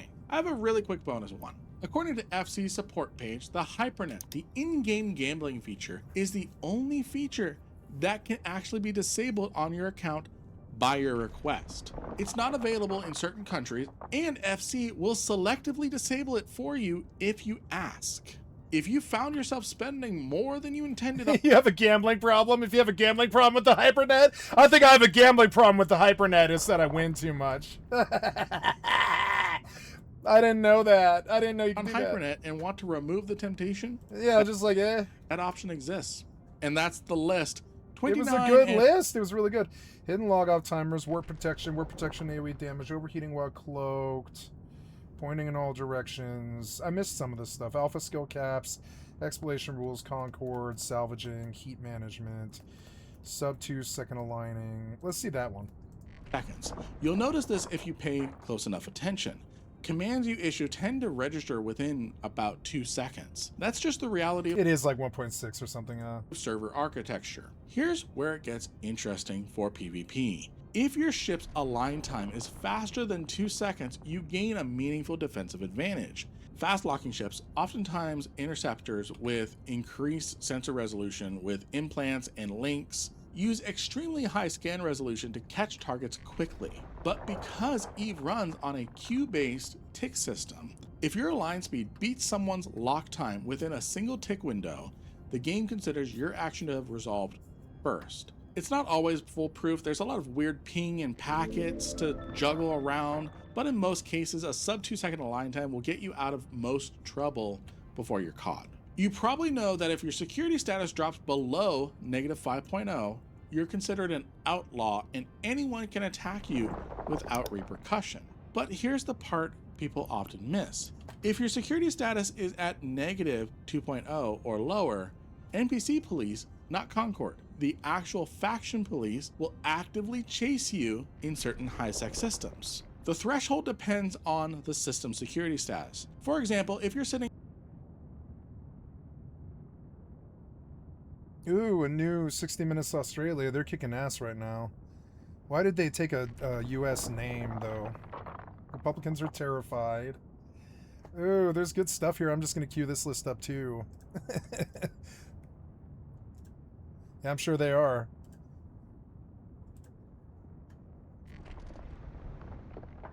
Ooh, new Exordium. I'm going to Exordium, maybe. at a -3.5 system security status and you enter a system with a security level of 0.7 or higher, the police will pursue you throughout the entire solar system. By the way, your cloaking device is also disabled. That last part catches a lot of people off guard. Speaking of cloaks, you probably know that missiles are physical objects that can be destroyed with smart bombs. This is the concept behind firewalling. But here's a lesser known aspect. Missiles can actually decloak a ship. If a missile or a bomb passes within 2,000 meters of a cloaked ship, it breaks the cloak.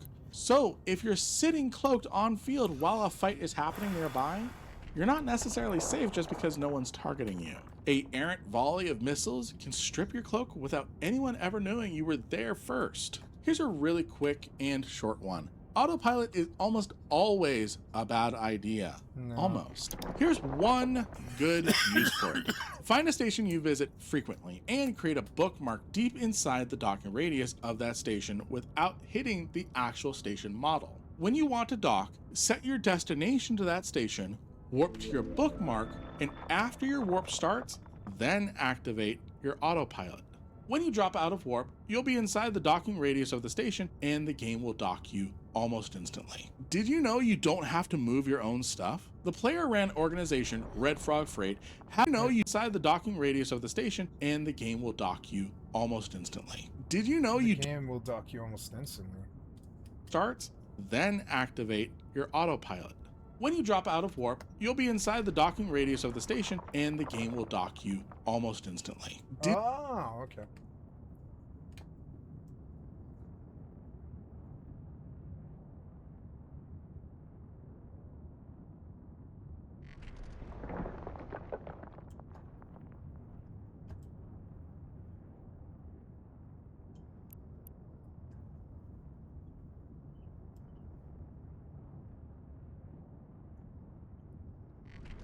That's a good trick.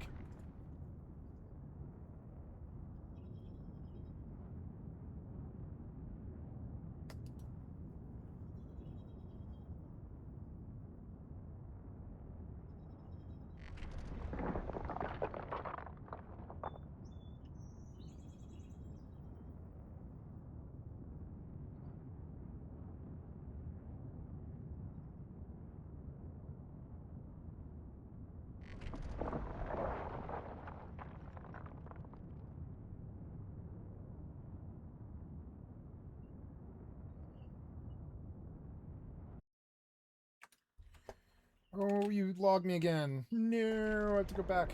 You're so annoying. I'm sorry, I'm just busy. This was a good video. I got sidetracked.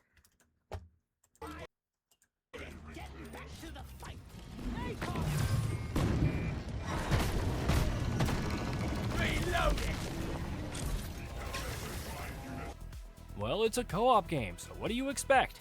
Remember how I mentioned that everyone splitting up is the most optimal strategy? That's because there's a timer. Think Risk of Rain style, where the level becomes more challenging in terms of enemy spawns as you go along. Hit the red, and it's a never-ending onslaught with only so much healing and armor to go around. On the other hand, I kinda like this because it encourages actually understanding the map and marking things for you or your teammates rather than mucking around, mastering the traversal tools and knowing whether that expedite on the ceiling is worth the trouble. However, it's certainly more stressful, especially if you're used to exploring at your own pace, Deep Rock Galactic veteran or not. The increased difficulty floor also makes solo play much more difficult because you're forced to make tougher choices about what to prioritize, or at the very least, dying repeatedly until you master the overall flow. Each run comprises different floors, and you can choose a modifier for the next, either making the core head creepers deal tons of melee damage in exchange for different rewards. You can spawn tons more barnacle-like enemies that can ensnare and damage you unless rescued by a friend. Keeping all this in mind before eventually going toe-to-toe with the boss is also important, since dealing with tougher creepers or faster tanks is hardly ideal. At least the timer resets on each floor. You won't truly know a roguelite without spending enough time with it. Like a mineshaft, ironically enough, but just after a few hours, it's clear that Ghost Ship Games has to dig deeper. The ability to equip any weapon and not be restricted by class is nice, and there are some pretty cool elemental synergies, but it currently feels like a solid foundation more than anything else. Despite these complaints, especially when solo, I had fun with Rogue Core. When things really hit the fan, whether you're trying to take down a boss or proceed to the next level, it can make for some hectic battles, especially as foes crawl on walls, leap from afar, and throw increasing amounts of firepower at you. The responsiveness of each weapon is also on point, be it a satisfying headshot with the Bulldog revolver, or the satisfying ping of the Garand sniper, especially when Yeah, it's got good frame rate, this game, but it still looks a little arcadey to me, like more like a Vampire Survivors and less like a Dead Island 2. executing charged shots.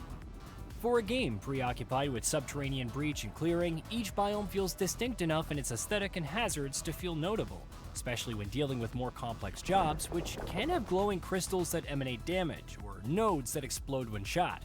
Each run also feels distinct enough between the experimental expedite creatures that can explode and dot entire surfaces with the material, or the hostile surveyor drones, which provide data for a worthwhile node when shot down. Granted, it doesn't take long for the same set of staircases and corridors to become familiar, but it's a small thing in the grand scheme of the level design. And of course, performance is on point, while ensuring that the voxel-like composition of biomes looks as endearing as ever. As it stands, you're either going to like Deep Rock Galactic Rogue Core because of its tension, or ultimately reject it for the same reason. The roguelite elements, RAPD upgrade nags, timer, and whatnot can all be adjusted accordingly as early access proceeds, and there's a pretty hefty— Oh, this isn't early access. I thought this was actually released. Oh god, why are we worrying about this?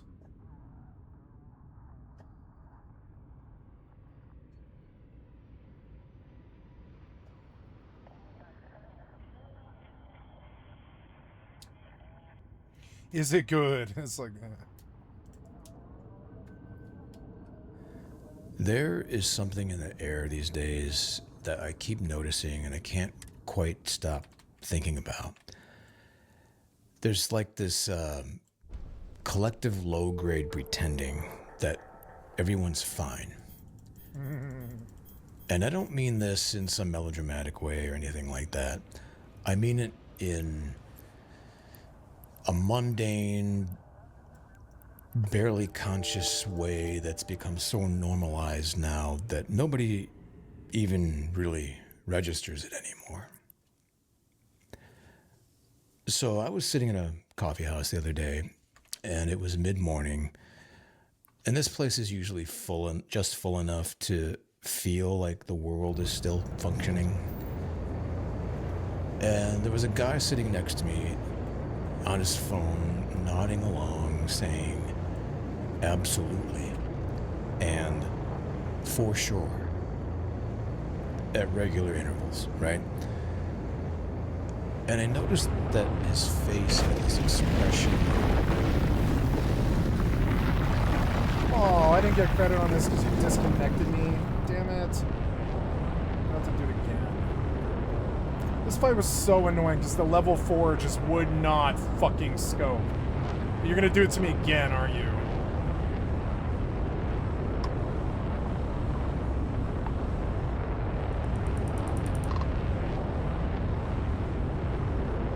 He's gonna let me get close, which is good.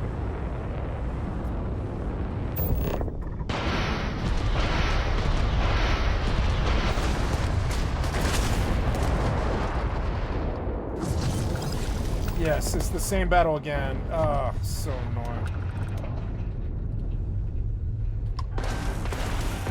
No, I don't have to fight these guys, and I'm just gonna leave. I don't know. Take me somewhere else. Like, I don't know. Well, it would be better if I knew what I was doing, I suppose. That's where the testament gets her. Has enough squirrel for his house by monarchy. Let's go do that.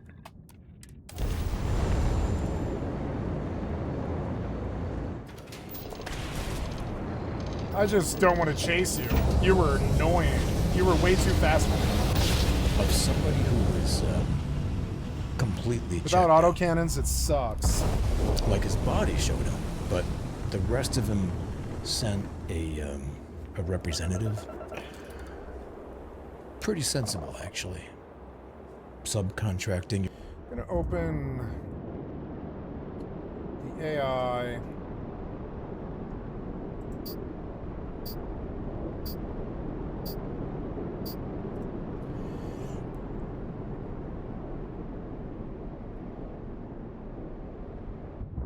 In Starfield, I don't want to aim anymore. Can I get all autocannons?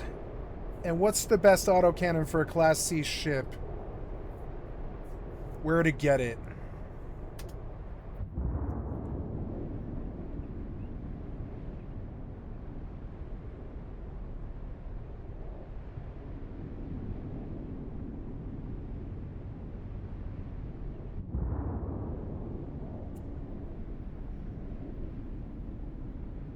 Oh, I want turrets? Oh, okay. Alpha turret, obliterator, 250 MEV. Aquila City, okay, that's good. I'm landing in Aquila. This is the closest this feels to... I've always wanted to live a novel I read when I was a kid called Star of the Guardians. This is the closest that I've ever been. This feels like Star of the Guardians. Feels like Tusk and Dion flying all over, you know, the universe. Level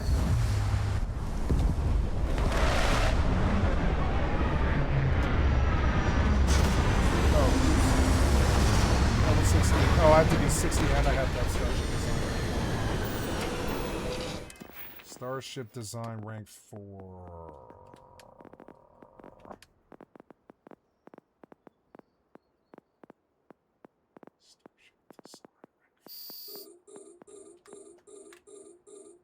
What's this?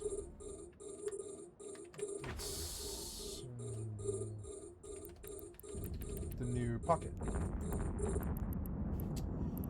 Okay, orbit at 30. Drop this mobile tractor unit because I don't care. Launch. Spin. Eraser. 8B.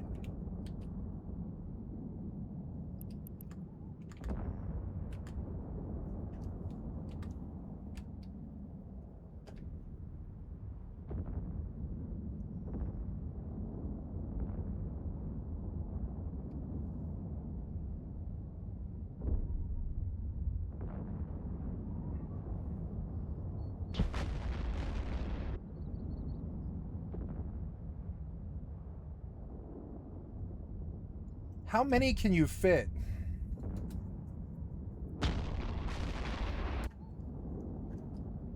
10.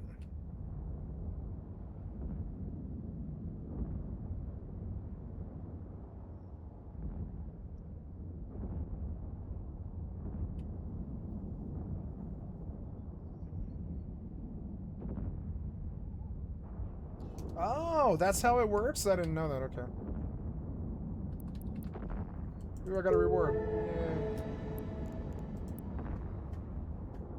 Oh, I'm full.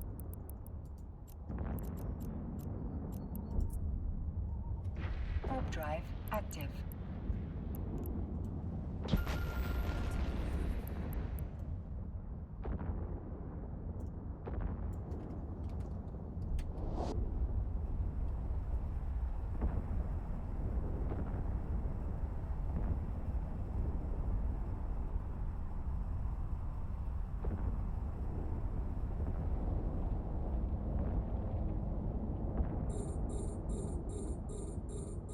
Docking request accepted.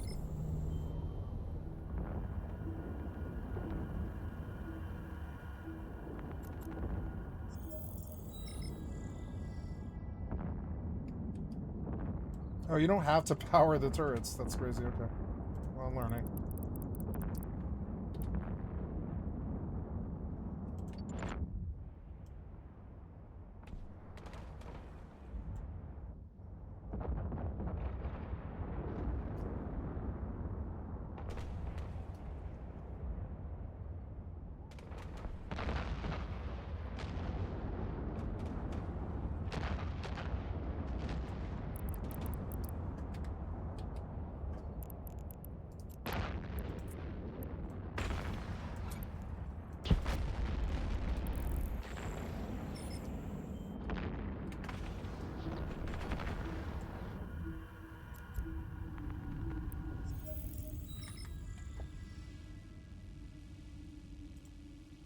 Your presence, I guess.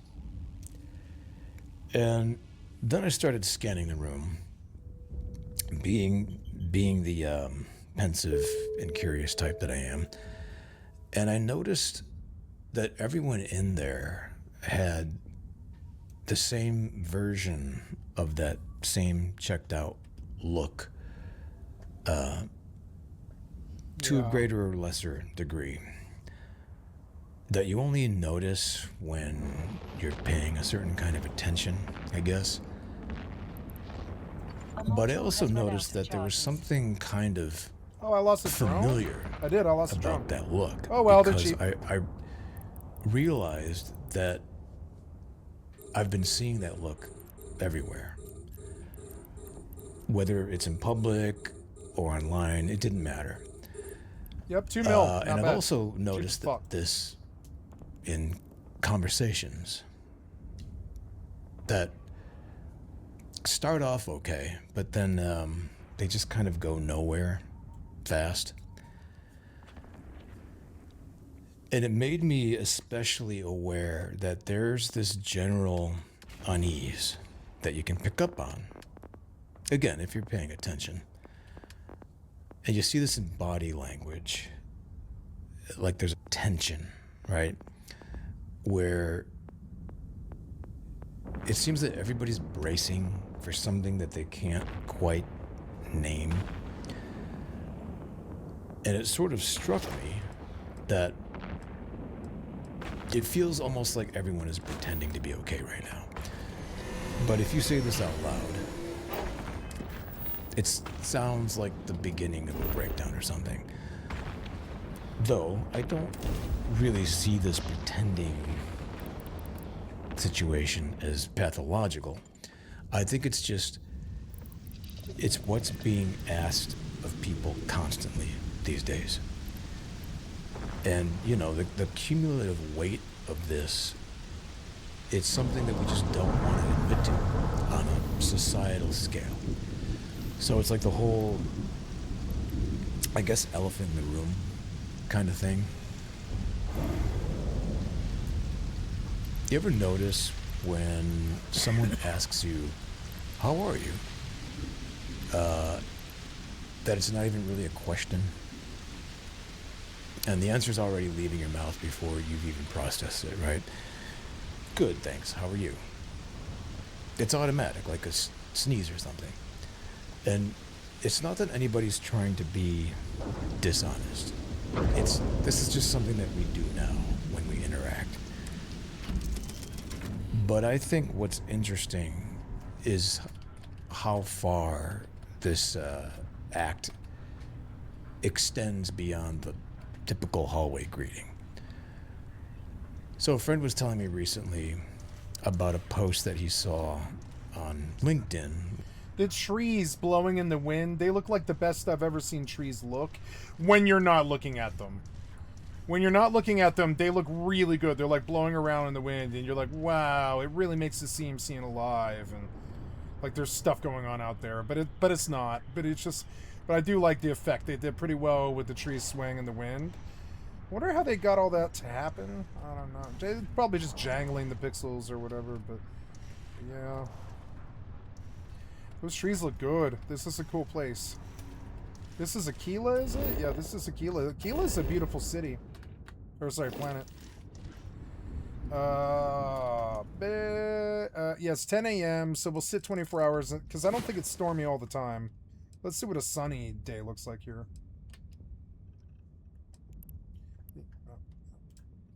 44. I wonder if I can hit him. Probably not. Oh, maybe I can.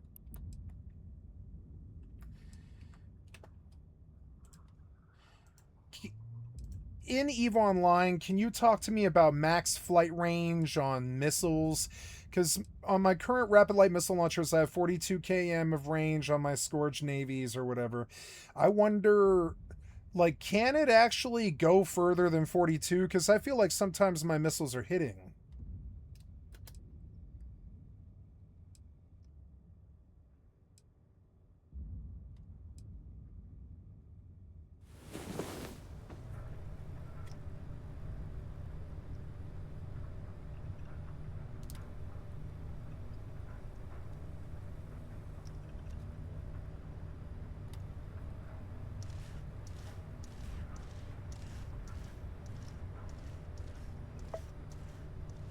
Oh, so it actually is like 46 or something. But only half the time. I didn't know that, so I'm going to start taking more shots of these things that are like 43, 44. I didn't know that. Are we done? No, no. There's a lot more to do on this one. That's good, though.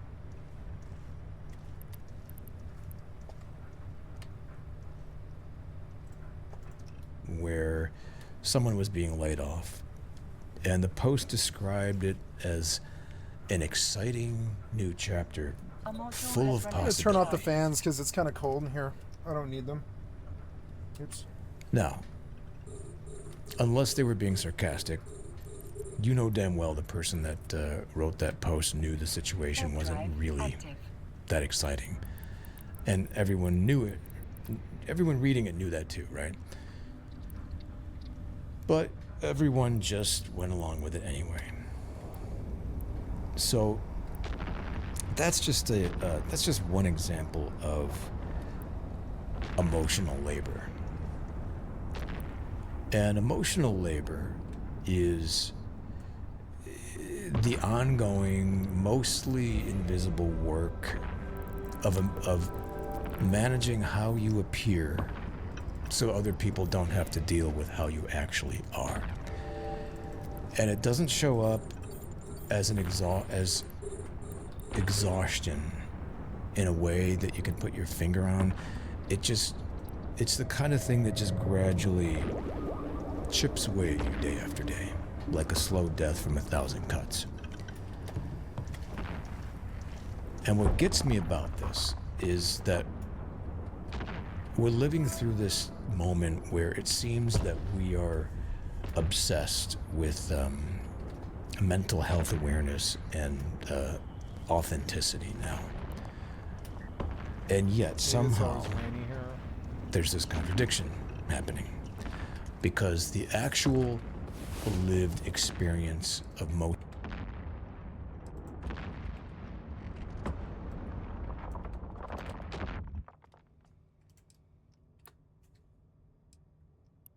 I hate the sound of the turrets like firing off.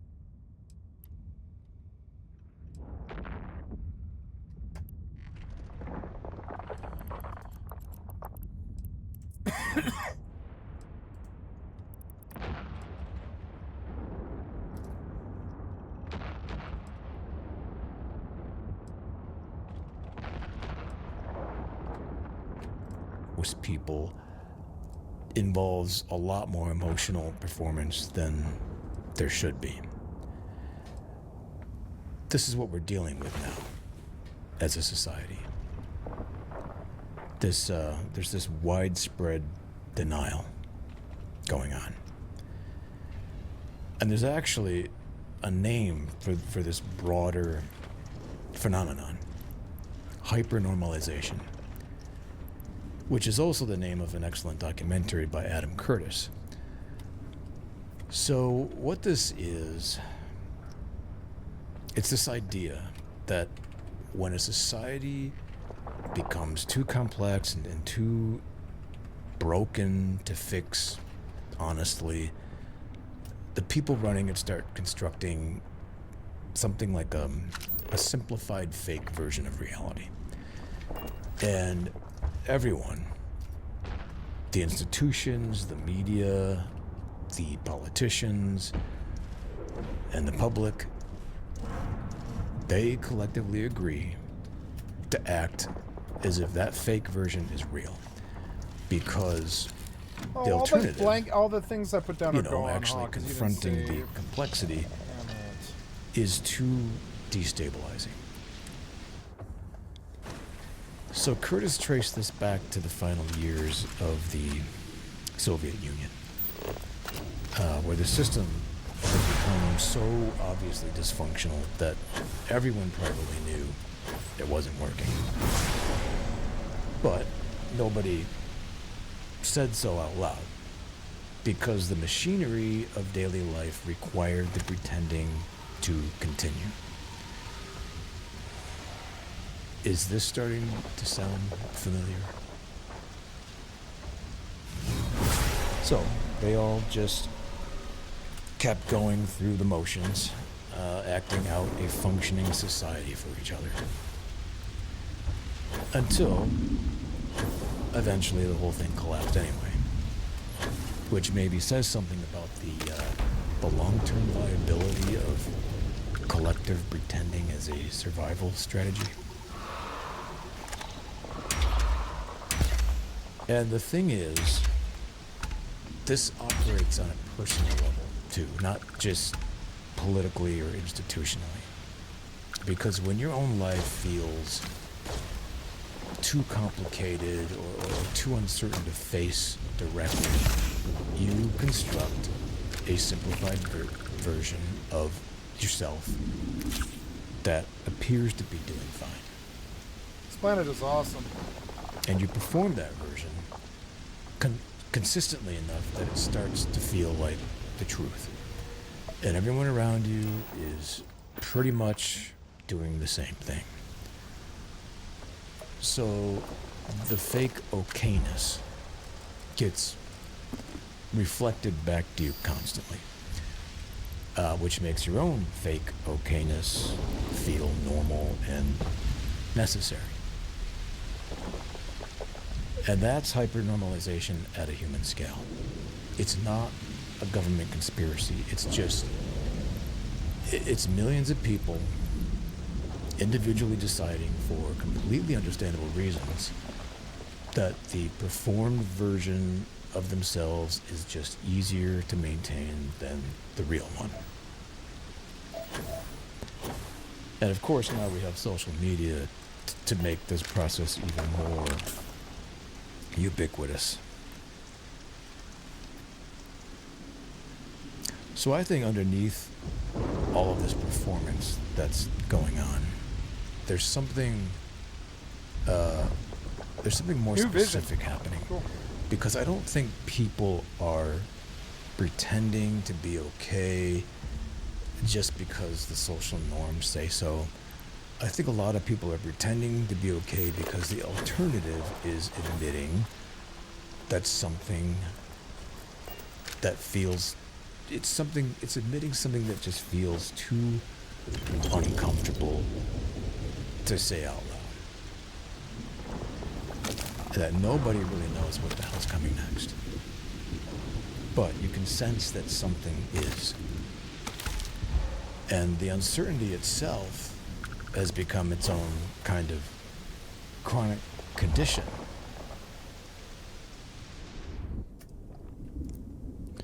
Alan Watts once wrote about this, and I keep coming back to him because he had this way of naming things that should be obvious but somehow aren't.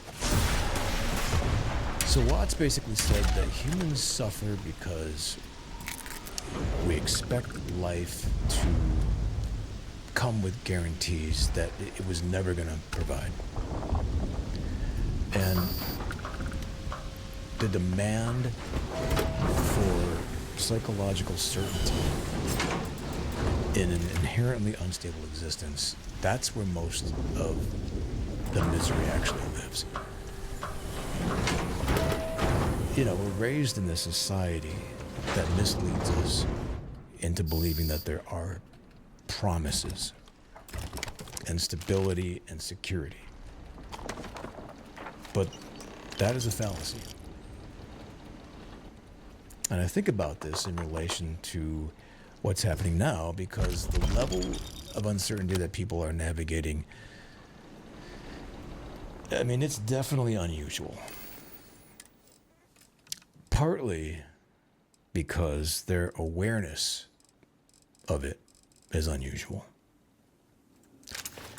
And it's not just personally. I mean, 25. this is happening economically, politically, I love the action on it, but spiritually, technologically, etc.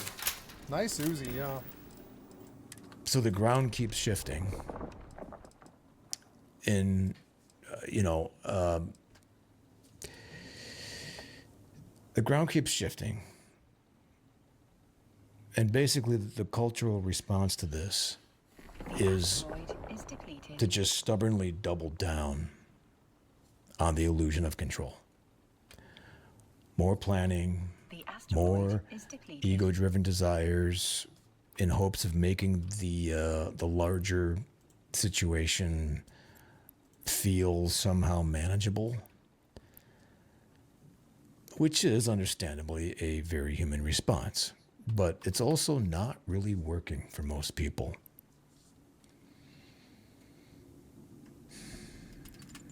You know, I find something almost darkly comical about, or when someone has a meticulously mapped out plan for every single aspect of their existence.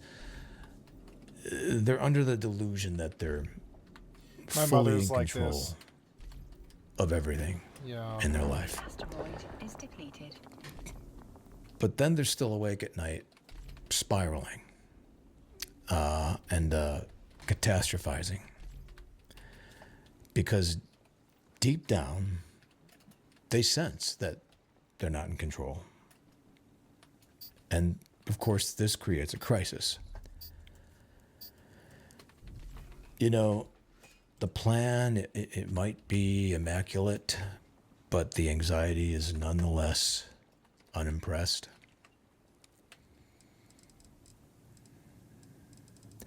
I think, you know, the pretending to be fine, it's partly just what happens when people can't find a way to communicate honestly about it. So they just keep saying, good, thanks. And, you know, hope nobody notices. All right, so here's where I want to push back on something. Because the cultural response to all of this exhaustion and uncertainty has largely come from toxic positivity, which is something I've talked about fairly often in some of my videos, I guess. You know, it's the whole good vibes only, everything happens for a reason, and all that stuff. It's this relentless messaging that your suffering is your own fault because you just didn't manifest hard enough to heal your trauma. And I actually find this to be one of the more casually cruel things we do to each other as a society. Taking people who are, you know, genuinely struggling with truly difficult circumstances that are out of their control and suggesting that the problem is just their attitude. Now, just to be clear, I'm not saying that I support chronic victim mentality or victim mindset. I do think some people are their own worst enemies, and with some dedication and some help and some personal accountability, I think healing is possible. But look, you know, every situation is different. And on top of this, some circumstances in life are just, they're unsolvable. And that's the reality.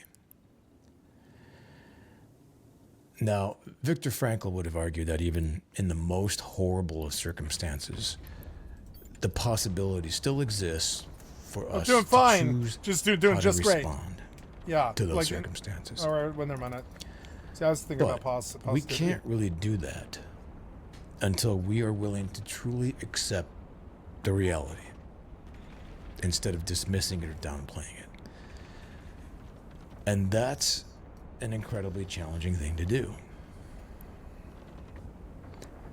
Pema Chodron wrote about this sort of thing, and her viewpoint is, I think, worth sitting with because it's almost the exact opposite of what self-help culture sells. So Chodron's argument is that the path through difficulty isn't really positive thinking. It's learning to be present inside discomfort without immediately fleeing from it. Which sounds rather simple enough, I suppose, but it's actually, this is one of the hardest things a person can attempt. And I think there's an important distinction that should be made between acceptance and resignation. Because acceptance doesn't have to mean giving up. It's more like stopping the fist fight with reality long enough to actually see the situation more clearly, which turns out to be more useful than the fist fight. Go figure.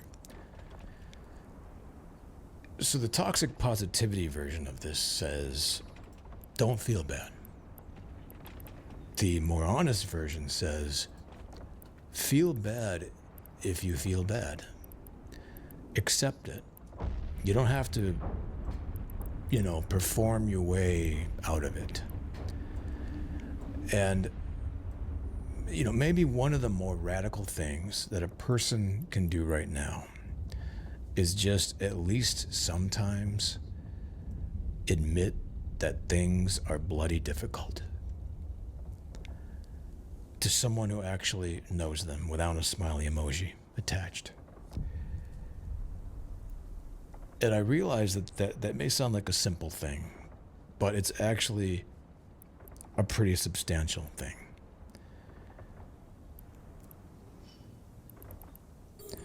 All right, so I don't have a tidy little ending for this because I think the obligatory tidy ending, that's just another performance, right? It's just another version of, how are you? Good, thanks. And, delivered with a straight face that's hiding the truth. What I do think is that there's something important about just naming the thing. Just saying, yeah, this is hard. The uncertainty's real, the exhaustion's real. And I think this whole performance of okayness, it has a cost that doesn't show up anywhere, The module has run out and of yet charges. it seems to show up everywhere. And I think there's actually a strange kind of relief that comes from just being able to admit that. And not because it's going to fix anything necessarily, but because the energy that it takes to keep pretending, that's energy that could be spent on something that actually matters to you. Even if it's something small, like a real conversation, or just a moment where you didn't feel the need to document and post it. Ellen Watts had this idea that peace, it's not something that you find by eliminating uncertainty. We can't eliminate uncertainty as badly as we want to.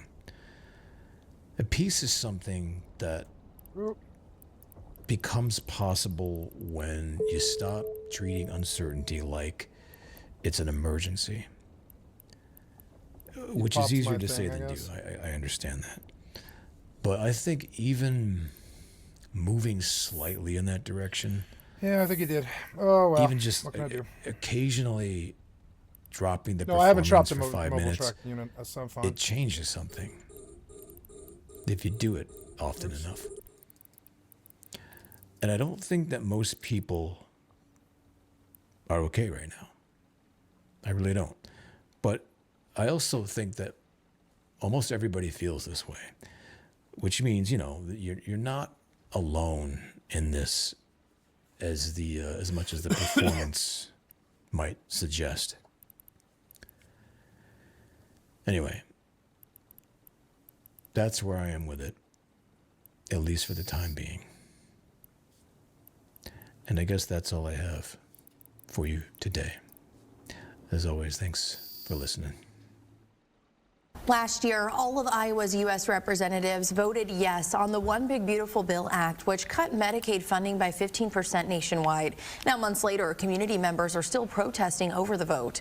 This group gathered in Davenport to specifically protest Medicaid cuts amid higher cancer rates. Iowa currently ranks second in the nation for having the highest cancer rates. Research has indicated ties between Iowa's water and cancer rates. The rally's organizer says they want to make sure Iowa's lawmakers are prioritizing clean water. Our big focus is dirty water. Iowa has some of the dirtiest water in the nation, and because of that, we also have we're one of the only states in the world or in the country with rising cancer rates, because nitrates are linked to cancer causing, and we are seeing nitrate levels in our water that are intense and making us sick. This protest was aimed specifically at Representative Marionette Miller Meeks for her vote on the One Big Beautiful Bill Act. In a statement to the ABC affiliate in the Quad Cities, she said she's focused on addressing rising cancer rates as well as leading legislation to expand access to early cancer detection. Is here, so he's not talking to himself.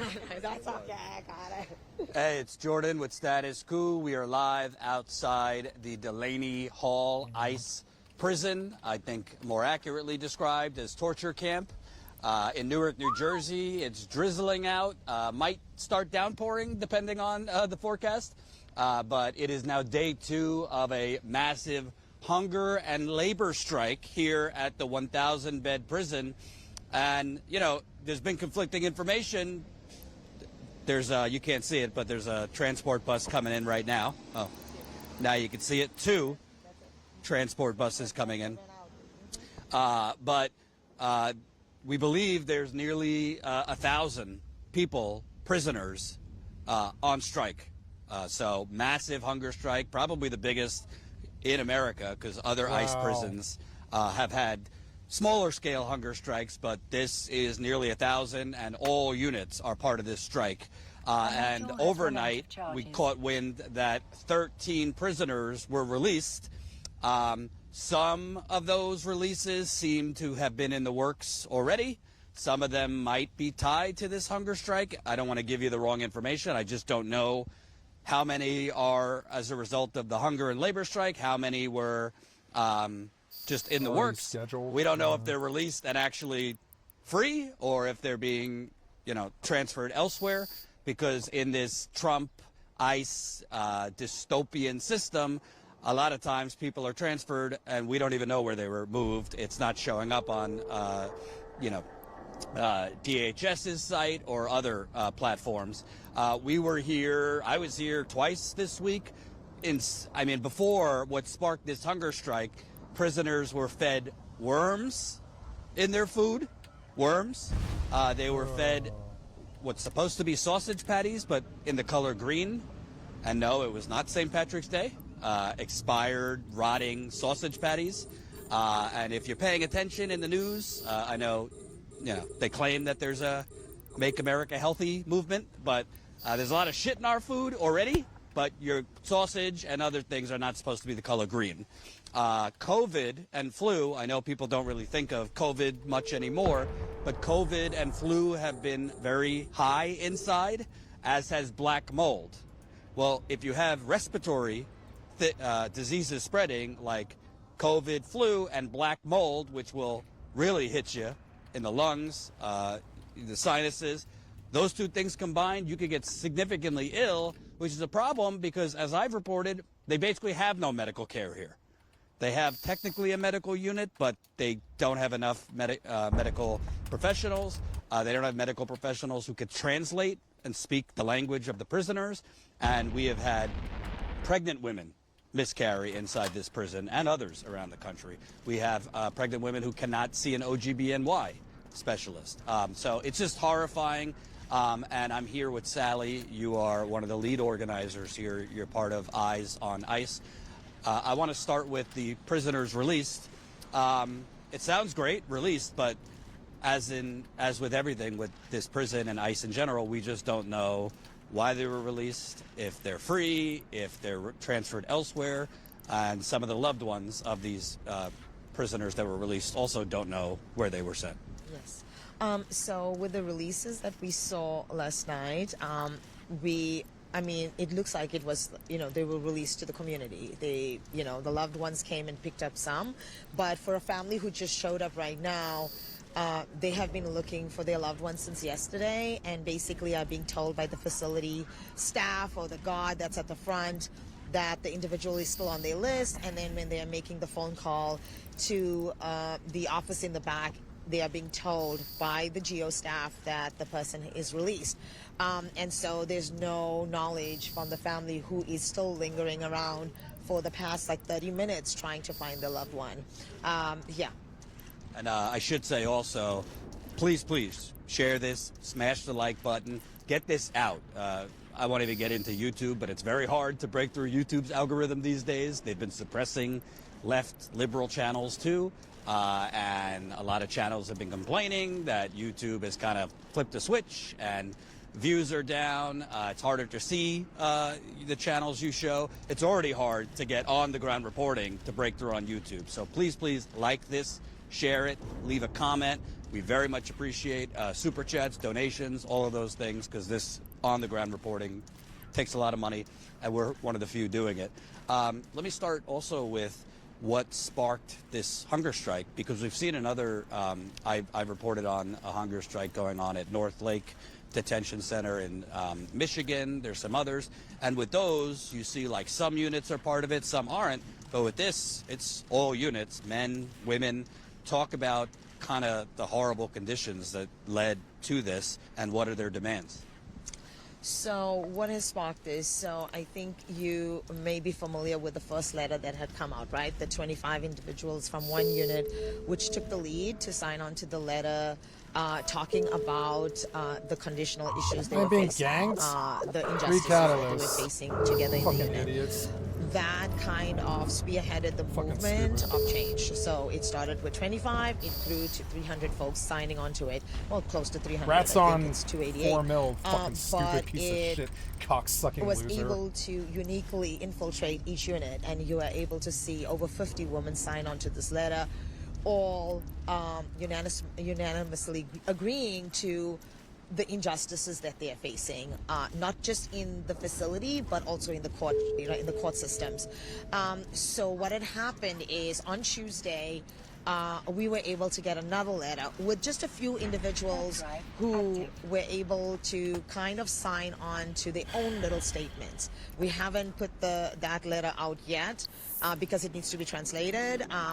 But what had happened with that is we were starting the family-led rally that was here on yesterday, and in solidarity with what was happening outside, where advocates and families were showing up for their loved ones, they have agreed inside to stand in solidarity with the movement of change, right? And so they wanted their voices collectively inside to be heard. And so that's how the hunger strike started. And then it moved to also a labor strike, because collectively they are highly empowered by what's happening outside, and we are inspired and empowered by what's happening inside. And so I want to point out the labor strike part of this. I mean, obviously we know not all prisons in America, it's basically labor camps. This one, they're paying ICE prisoners here $1.50 a day. It's between $1 and $2 depending on the job. But let me just say, I was able to speak to a few individuals yesterday, and they were able to verify that GEO has inconsistently made any payment to a lot of individuals who are doing these work jobs, right? And so this is like folks working in the kitchen or in the laundry or just cleaning out, cleaning the dorm units, etc. So some have not been paid for a week, some have not been paid for days or months, and so they have been asking for being paid, and basically GEO has shrugged it off and like, we'll pay you if we want to, or we don't need to pay you. And so that's also part of the outcry, is that they are meant to work for this menial amount of money, and yet they're not being compensated.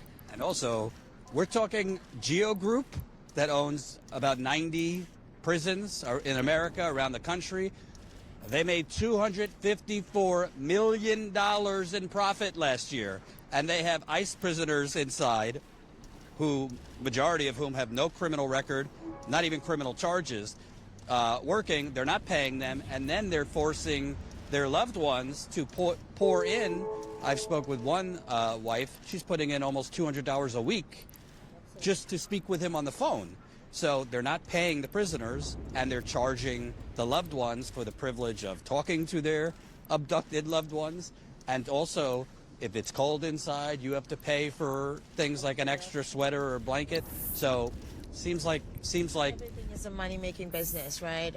Human beings in this facility are being treated as a commodity. So everything is contracted out. So they have vendors for the food. They have a vendor for the commissary. They have vendors. There's vending machines who have a different vendor. It used to be 2 vending machines in the visitation room. Now it has grown to 4, because they're seeing that the families are coming and spending money because they're buying snacks out of the vending machine because of the poor food quality. You know, we are being told time and time again, since this facility opened, that the conditions have now escalated. So it's not getting better, but it's getting worse, because the food quality is still very, very poor. People are losing weight drastically. I mean, family members will tell you time and time again, people who are detained inside are losing weight, like 40 pounds, being detained just for a couple months because of the food that they're eating in the facility. And of course, it goes to the escalated medical issues that we are seeing in the facility. I mean, right here, Emmanuel, who's in a wheelchair, his family spoke out, who's still in solitary confinement for, in medical isolation. That's what ICE is justifying it with. But he's placed beyond 100 days, which is a violation of ICE's own national detention standards of placing somebody in such a long time in medical isolation.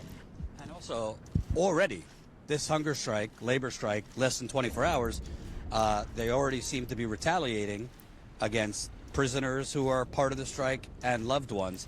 Could you share, let's start, there's a wife who is one of the lead organizers here, Gabriela Soto. She's pregnant with soon-to-be 3rd child. Her husband was basically abducted 4 months ago, I believe, when he was on a diaper run. No criminal record, yes, undocumented, but no criminal record. He's lost, I believe, 30 pounds in there. So she's been out here organizing. She's been contacting the media. She's, to them, a troublemaker. She's actually at the doctor, but she told me, and you know the story, that she went in there this morning and was threatened by a guard. Can you tell me what happened? So let's start with a little bit of what happened after yesterday. We were pretty fearful that,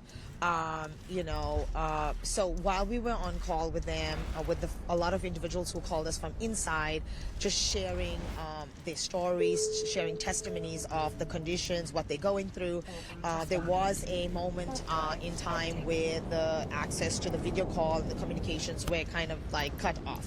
I was able to get a couple hours later calls from other units, and I got to ask folks like, how you guys doing and what's going on in the units, and so I was able to get some inside information, and basically, some of them basically said, oh, everything is okay, tablet access has been cut, but we are able to use the phones. But they were very familiar that the unit where Gabriella's husband was in, that unit, actually, their privileges were taken away. What had happened around 8 p.m. was that for 45 minutes he was interrogated. He was asked a lot of questions because he spearheaded a lot of folks who called in on the tablet, video call, and a lot of them were sharing what was happening inside. I just want the audience to know what she means, because I've seen it the other day. So a lot of these folks inside don't speak English, so you have people like Gabriella who do speak English outside. They are receiving the phone calls from prisoners inside and translating what they're saying to media outside. And they're also doing video calls using a tablet. So that's kind of how we're finding out what's going on inside, is by loved ones communicating with their loved ones inside and then translating it not just to media, but in some cases politicians. We were here the other day. Several congressmen came out. We'll talk about that because that's part of the demand. They're not exactly happy with the Democratic leadership of New Jersey. They want the New Jersey governor, Mikey Sherrill, New Jersey Senator Cory Booker, Andy Kim, who I believe has been here before. They want them here this weekend. They want them to come inside and really see these horrible conditions and do something about it. Sorry to cut you off, but okay, so they basically were interrogating her husband. Right, and they got into the unit, a little bit later, and basically told him, or were trying to threaten him with solitary confinement, that they would place him in solitary confinement. The rest of his, the fellow detainees in that unit basically went and shielded him and tried to protect and guard him, and was basically pleading with the officers not to remove him and not to place him in solitary confinement. And so, that's just showing you the solidarity and the support they have and the love they have for each other in the struggle. And then this morning, I guess through this entire struggle, as you know, we are doing a 24-hour vigil, and we have been here since 9 a.m. standing in solidarity with the folks inside as they're going through this hunger and labor strike, and making sure that they're not alone in the struggle. But what had happened this morning is that Gabriella went in for a visit. Her husband's name was already highlighted on the list, and nobody else has visited him for his name to be highlighted, so he was already flagged. And so she got in without thinking what is the reason that his name is flagged. So she gets into the visitation room, gives her, goes through the entire process of getting in to visit him, and was basically called aside once she gave his name at the desk where she signs in to get in to visit him. And basically they were like, can I talk to you? And so they pulled her aside, and basically she was threatened, for she was basically they were denying all allegations of what was presented in terms of the food quality, the medical issues, what's going on in the facility, and basically called her a troublemaker and said whatever she's saying outside is incorrect. And she basically called him out, and she says, that's not true. Whatever I'm saying is correct, and you guys know it. I have the freedom of my speech to say whatever. And they basically said, if you continue to do such and speak out against all of these wrong allegations, then we will remove you from visitation. We will not allow you to visit. And she said, you cannot do this. I have my freedom of speech. I'm a U.S. citizen. I am allowed to visit my husband as long as he's detained in this facility. You do not have the right to block me from visitation unless I physically harmed. Waypoint reached. Ultimately, April 2026 ranked as the second lowest rated April for the CBS Evening News this century and total viewers, and the lowest ever in the 25 to 54. I mean, we're all on the internet. Are we surprised? We don't do cable. They charge $140 for it or whatever. It's fucking insane. I'm not paying that. I'll pay $70 for cable and watch YouTube. The lowest. I'll pay another $15 for YouTube Premium, and I can watch free movies on YouTube, and I don't need Netflix or Prime. No, we have Amazon Prime accounts because we use them, and we have a family Netflix account through our Xfinity. But and occasionally we'll sub to HBO Max or like BritBox or something like that when there's something really good. But overall, we don't pay a lot of subs either. And my mom's been on the warpath for that. She really can't stand it paying subs. And so, and I don't want to pay Netflix anymore, but she watches Netflix all the time. So she's actually still a Netflix addict. I'm not a Netflix addict anymore. I'm okay with YouTube and my YouTube Premium. We are paying YouTube Premium. So what is that? That's Premium, Prime. It's too many. Premium, Prime, Netflix. And again, we're paying for HBO Max right now through like some kind of bundle with Xfinity. So it's expensive, but it's not like unreasonable. It's like an extra 40 or something, I think, for all of it. And I don't know. And well, no, the Prime memberships are not cheap. They're like 15 or something. I don't know. It's like $30 a month for Prime. We're paying a lot in subs, but we use these services. Except I don't use Netflix, so I kind of wish I could let my side of the family account go on Netflix, so I didn't get charged as much money on Netflix, I guess. But, and plus, all of these things have commercials on them now, which is why I got into this scene. I want to boycott them. I want to boycott Prime and Netflix because they have commercials. And I'd rather just sit on YouTube Premium.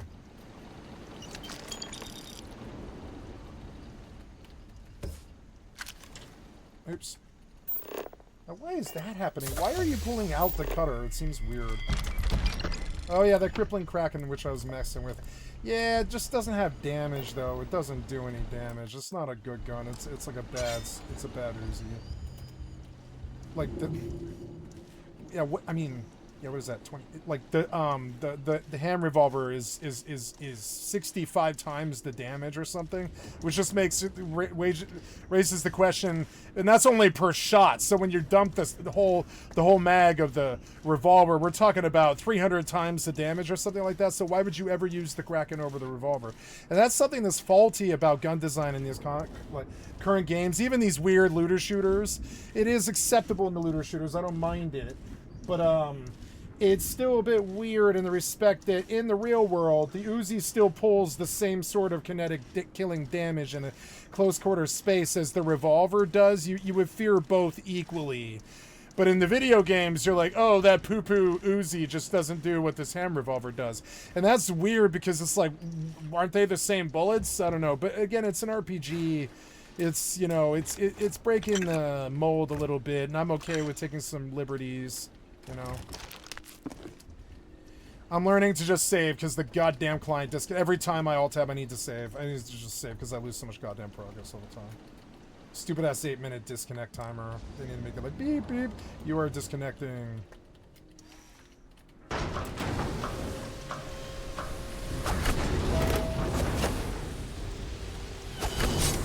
out of my way. Get out of my way. Did I lay him out? Yeah, one knife swipe laid him out because it does so much damage. I like this planet. It's actually cool. Maybe I want to live on Aquila.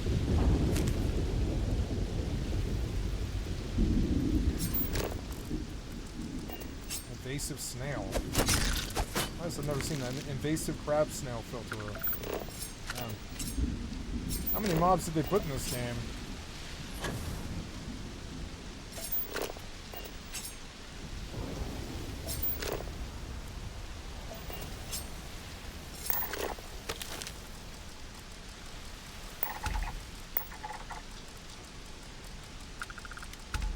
The hell is that thing? Oh, it's like a giant plant.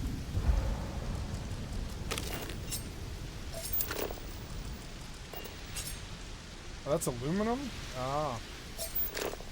Oh shit, you startled me. Look, I'm mining a little faster now. Which is awesome. If it didn't rain all the time here, I would live here, but it does. It rains all the time on this side of Aquila. Which is cool. God, it feels like Star Wars to me.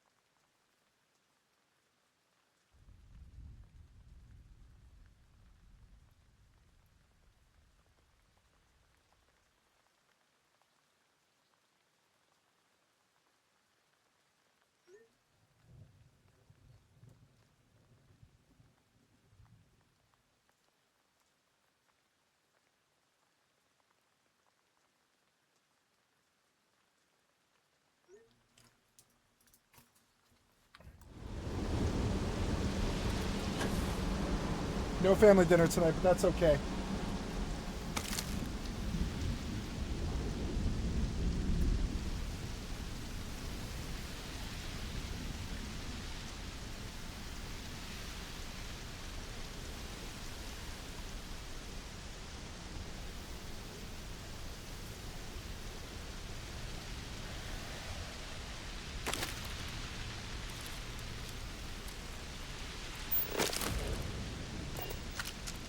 Ooh.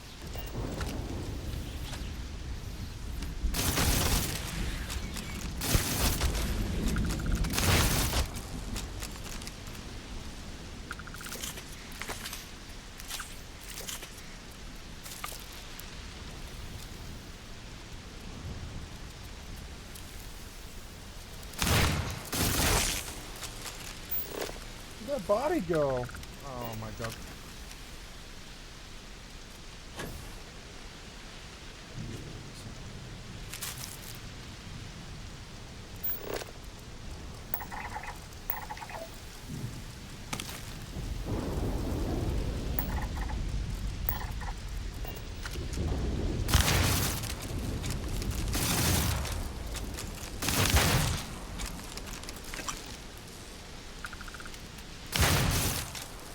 One XP.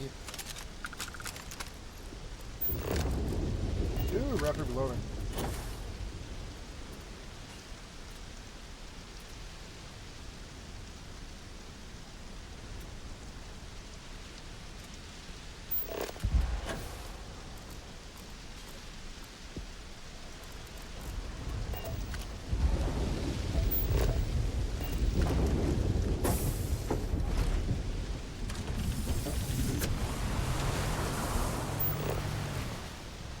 How are we doing here?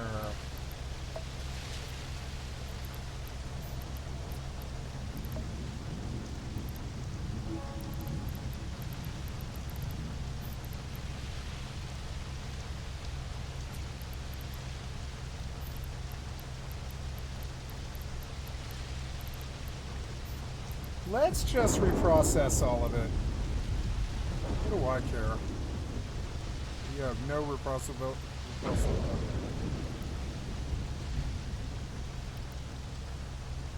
Cool. Alright, it's 3 mil, 4, no, it's like 7 mil or something. Works for me because I know it'll sell.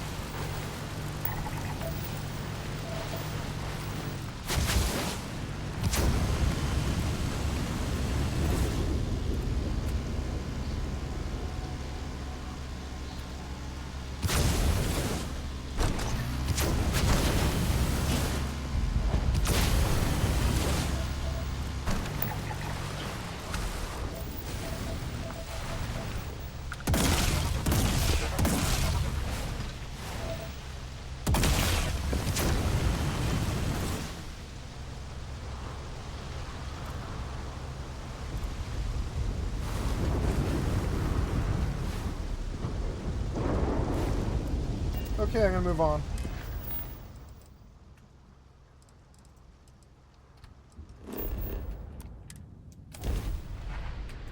Ever? The lowest ever? They doing Trump numbers. Wow. You mean to tell me that going back to last century, it was more people watching CBS Evening News like after Thriller came out than right now? Ooh, for dinner I'm gonna have corn and sausage and mashed potatoes. That's gonna be fucking amazing, all ground up into the same succotash sort of thing. It's gonna be so good. It's making my mouth water right now. Roasted corn, mashed potatoes, and sausage. Yeah. Maybe I'll have some sour cream on top of it all. Gluten-free, baby.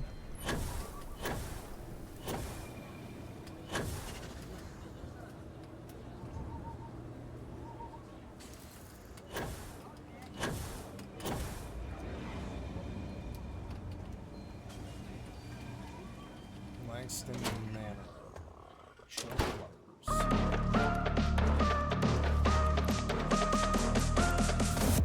Shout out to all the subscribers and the members here on the channel. Don't forget to like the video. I'm Reese Waters, and I'm troubled. Hey, y'all want to see a dead network? They stink. You want to see a dead body? That's how they smell after a while. I wonder why it takes them people so long to pick them up. There was a time not very long ago when Ben Shapiro could reasonably call himself the king of all conservative media. That's all over now, writes political columnist Ross Barkan. Shapiro's company, The Daily Wire, is instituting significant layoffs. Layoffs? What, they think they the Washington Post? Yeah. Its YouTube channel's subscriber base is starting to shrink, and its website has emerged as one of the great traffic losers in conservative media. There are Daily Wire YouTube videos that now, after a few days online, have less than 10,000 views, a catastrophically small number for a channel with more than 3 million subscribers. Wait a minute. Ain't no way. Ain't no way. I said, what? She said, yeah. I said, no. Wow. Wow. You mean people didn't want to watch the history of white slavery? That's crazy. You mean to tell me it wasn't 10,000 people out there that wanted to listen to Ben Shapiro talk about promiscuity? You know, even for the comedy of it. Give me everything you got for this wet-ass P-word. I mean, a bucket and a mop? This sounds like there's something that is going on here that is not biologically normal. And by the way, the song is so unsexy that it frankly sounds like somebody describing what amounts to a serious condition that requires the care of a doctor. There are a few sort of giveaways here. So first of all, a bucket and a mop for this wet-ass P-word. So first of all, she had to clarify whether wet-ass P-word was a description of the P-word or whether one of the clinical symptoms here was also diarrhea. Bring a bucket and a mop. So this suggests that there's an awful... What the fuck are you talking about, you fucking freak?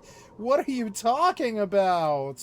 The English, motherfucker, do you speak it? Makes sense. Like, what are you talking about? What are you on about, you fucking crazy? Fucking crazy. Why were you sitting on the couch, Sam? That, like, do we live here? Who lives here? Who are you? Elizabeth Cardwell. No, I'm not around here. What am I supposed to do here now? Oh, are we done? No, we're not done. No, talk to a large... Wait, why did you have me come in here? Wait, is this where I'm supposed to go? No. Why did you have me come in here then? You had the blue thing on the wall. Okay, I don't know what you're doing.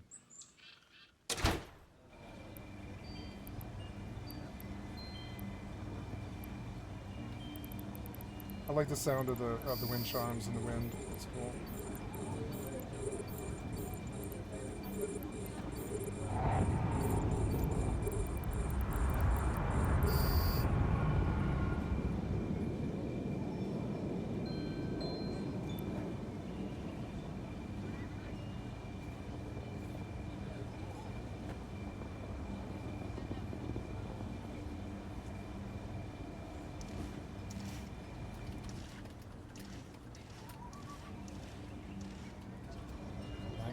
Manor. You had me come in here. Okay.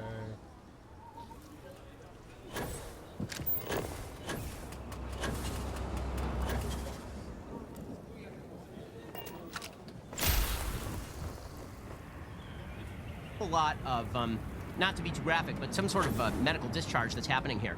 It was bad enough that I didn't get no play. Jesus Christ, you have no idea, huh? You're still a virgin.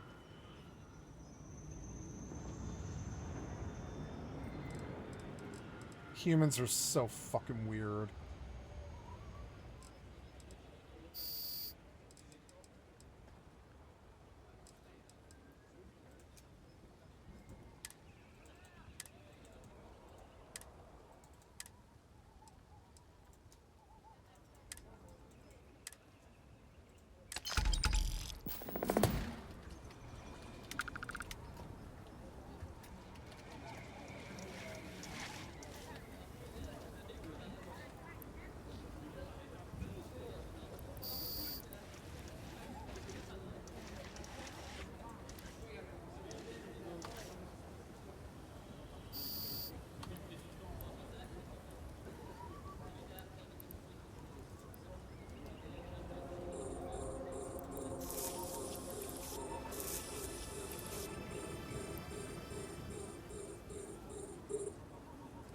You can hit up to like 48. I didn't know that.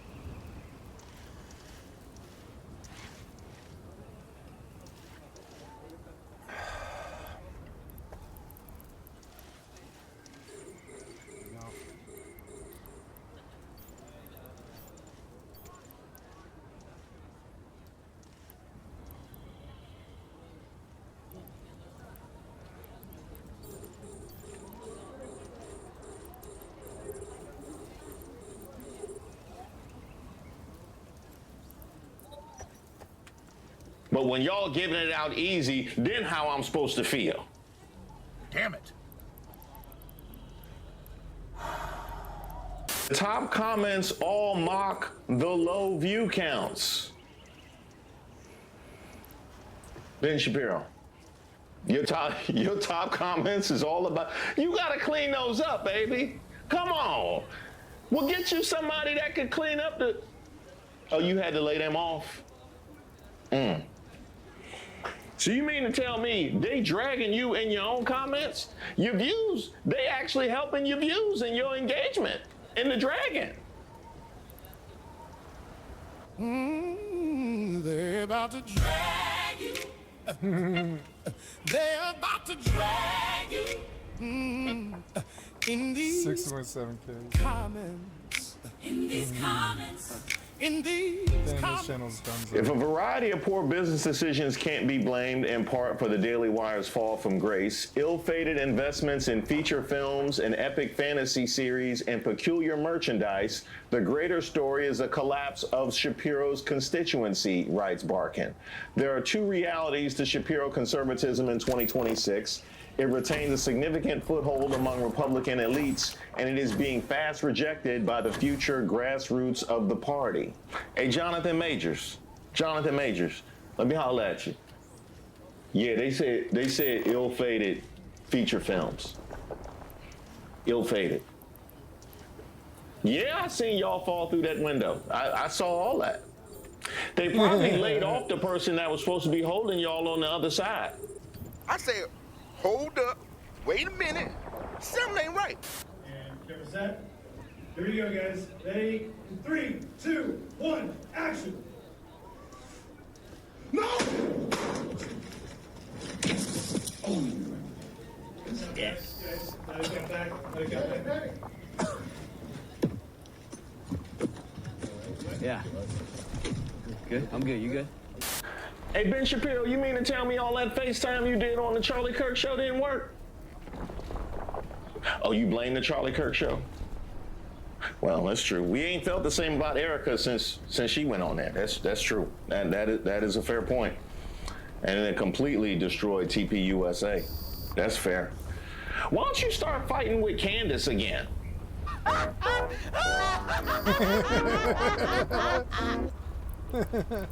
Yeah, you're right. You probably don't want that smoke.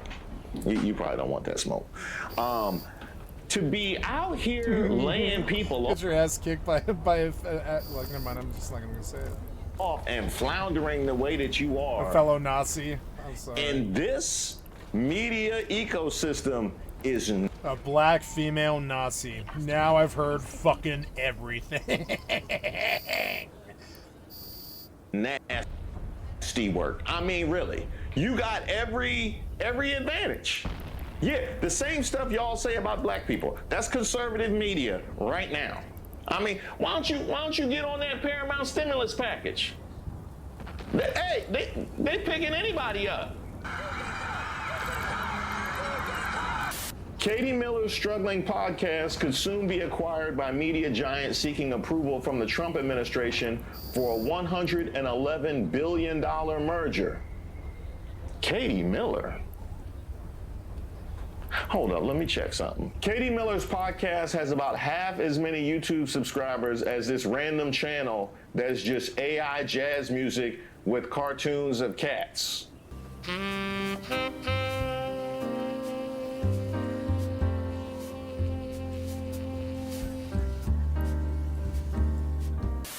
Is it real cats or are the cats AI too?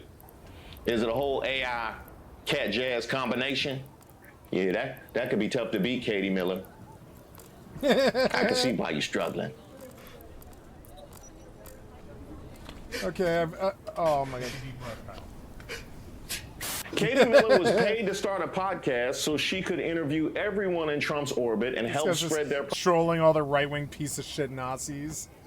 I like him a The lot. American political system is broken. It is corrupt. It is significantly owned by the billionaire class. Today, our government is well on its way to becoming a wholly owned subsidiary of the oligarchs.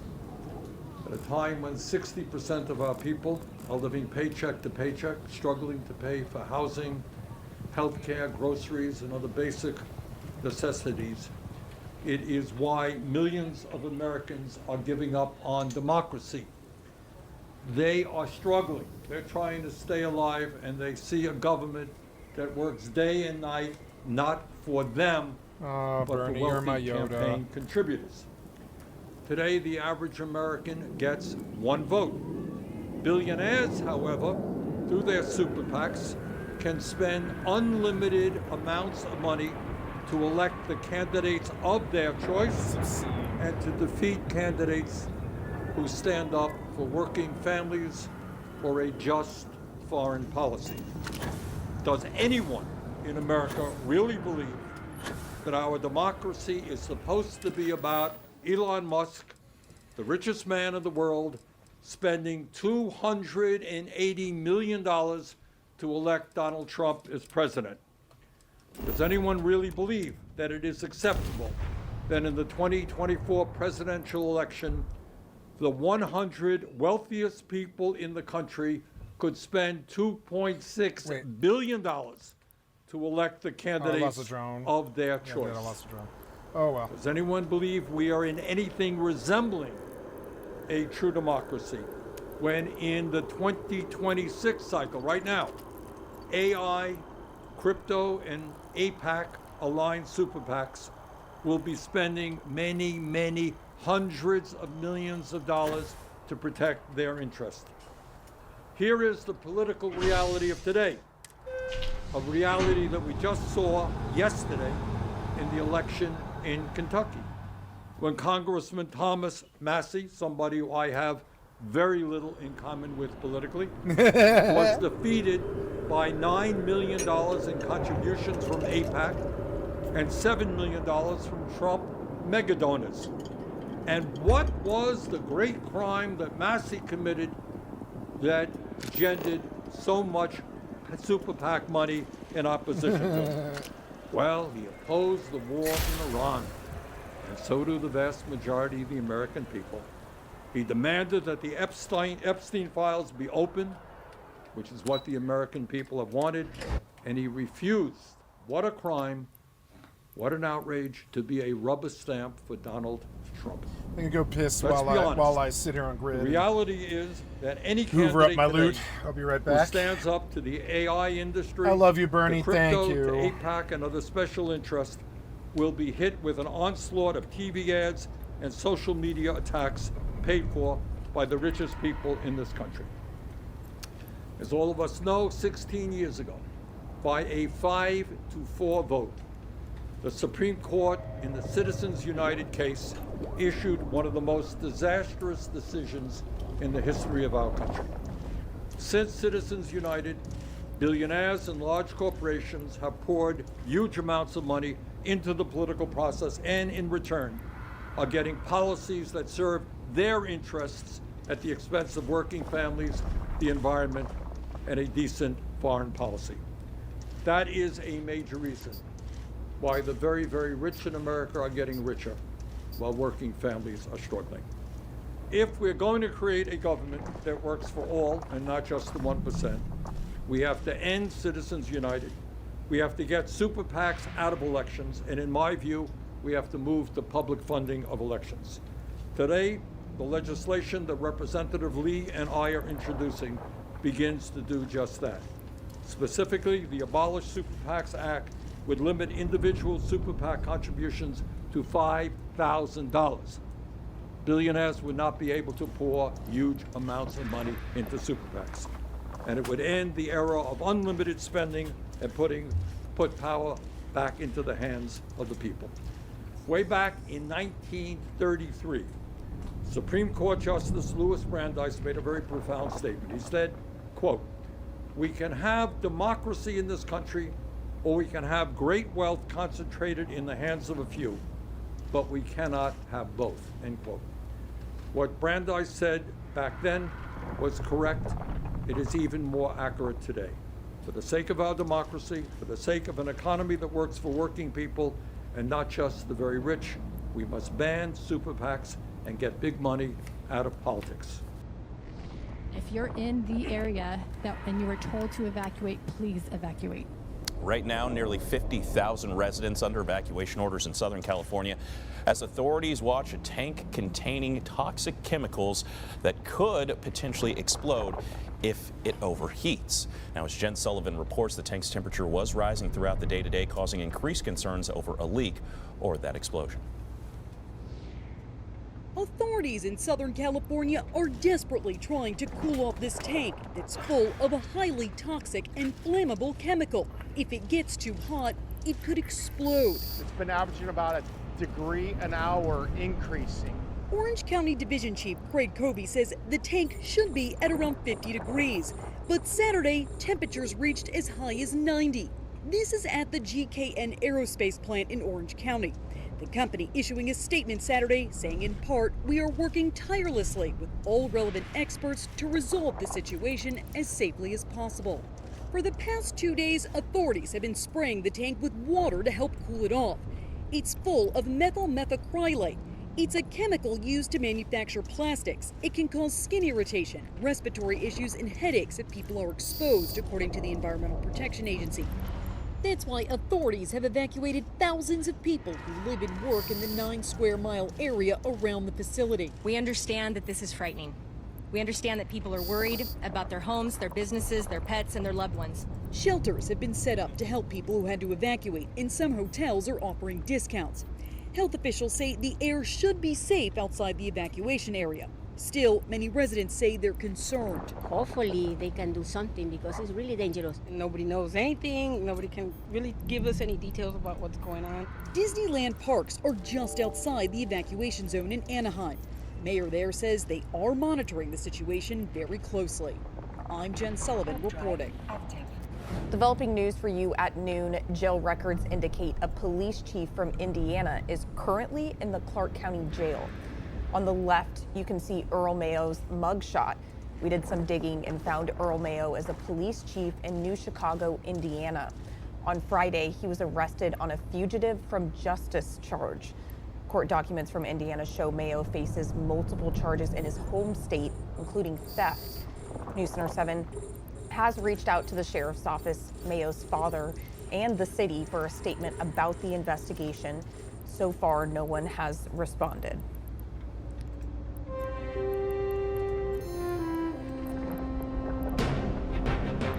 Tonight on Frontline, education's hidden crisis. Why do you want to drop out? Why are you leaving? Because I don't like school.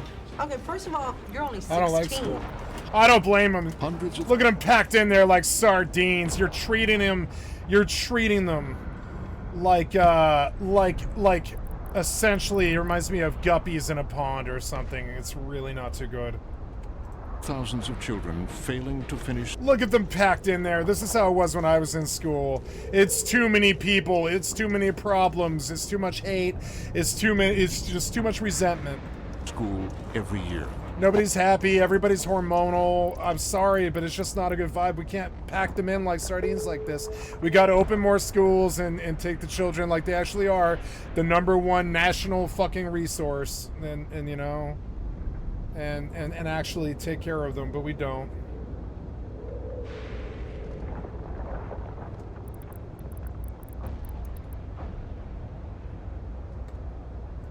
A lot of kids who should be graduating are not graduating. There's a problem here. Yeah. Frontline takes you on a journey through one American high school. This school was once referred to as a dropout factory.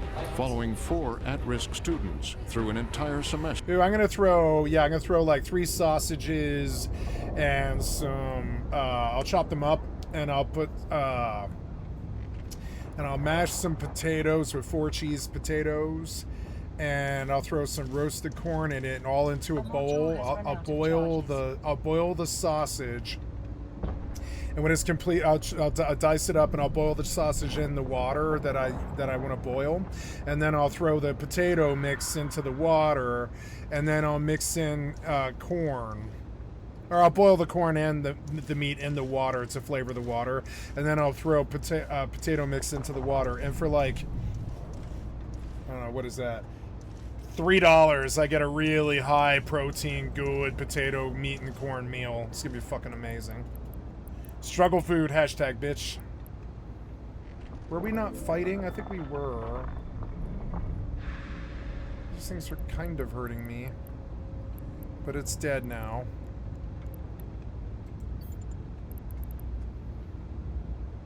I should have killed the support frigate. Yeah, fire at the support frigate, because this thing hurts.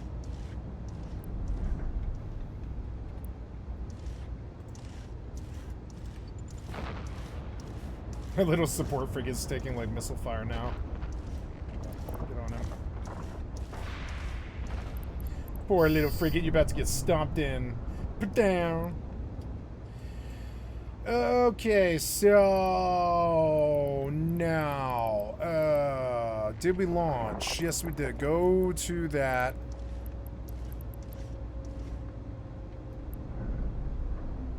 Reload.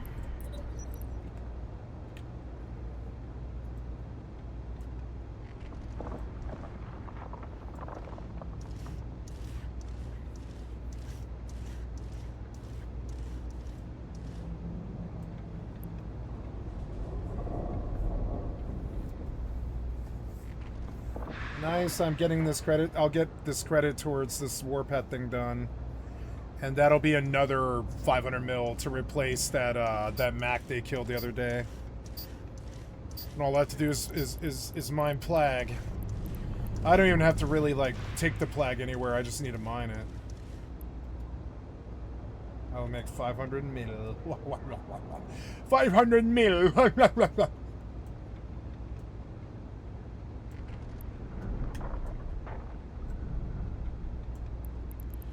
Now, scoop, mobile, chapter unit. Listening to the damn robot stomp around is so annoying.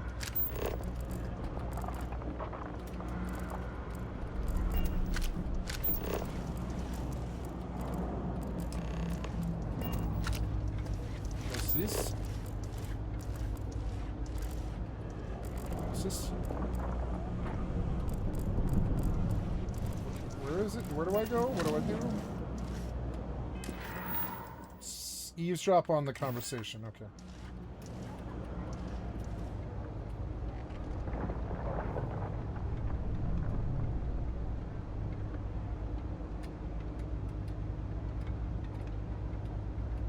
I'm not listening to you guys. What are you talking about? Ooh, 6 mil. Ooh, commodity dog tags. Nice. Not bad. And the rest of it, which is 512. Compact micro warp drive. I don't really think it's worth going back here. Done? Yeah. Yeah, gotta load.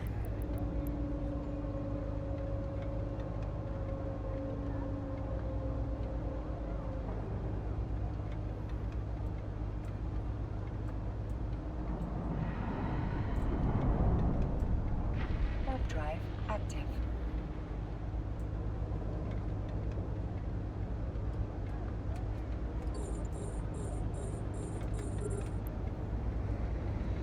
What is this now?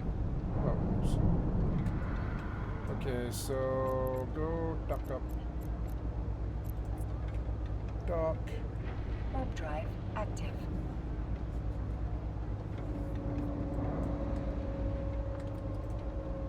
At Houston's Sharpstown High. See how mad I'm shaking. How am I supposed to become? What's going to be the breaking point is his anger. I have to graduate from high school no matter what.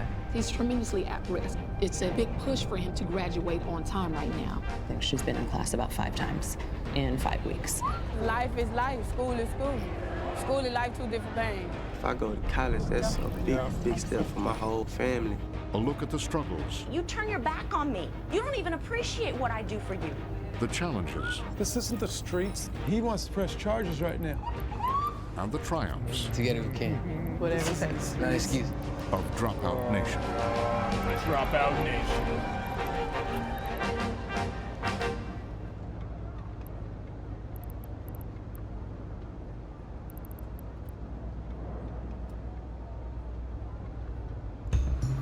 Dropout Nation. Good morning, Apollons. Today. Oh, good. All these people won't have any education. That'll make things better. Yay. Yay.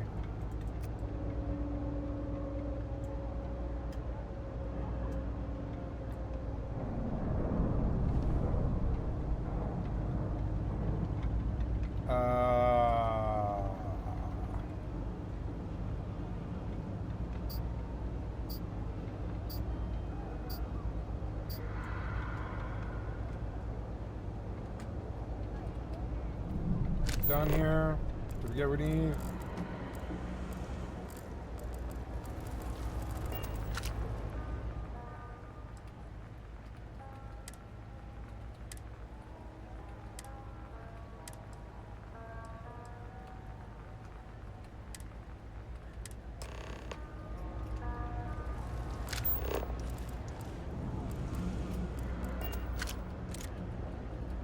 Save. Time for the tracked shotgun, bitch!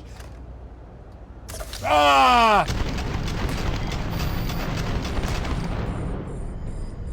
What was that? MR, sentry gun, okay.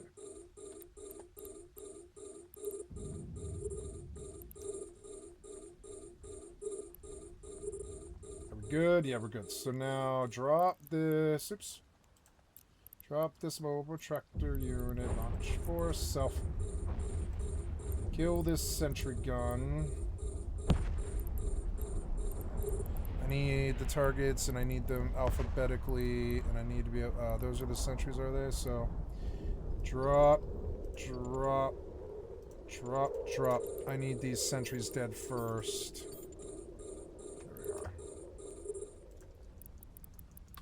Or we will die.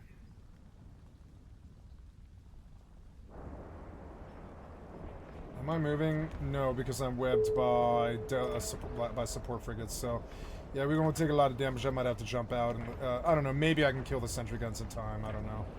We'll see. And then maybe the damage isn't so bad. We can start getting, like, some of the webs down. Good, good. Kill the other sentry gun and the damage will go down a little bit. I better leave, maybe. Oh, yeah. Call drone's back. We're getting our ass beat. This is potentially a loss. Just dock up. Lead the drones. Warp drive active. Just get out.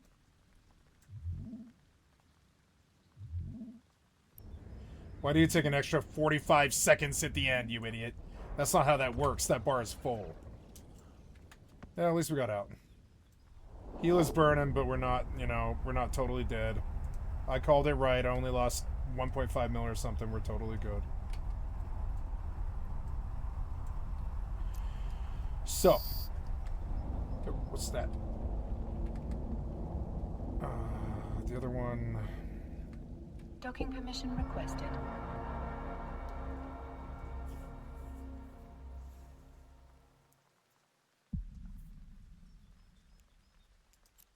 Docking request accepted.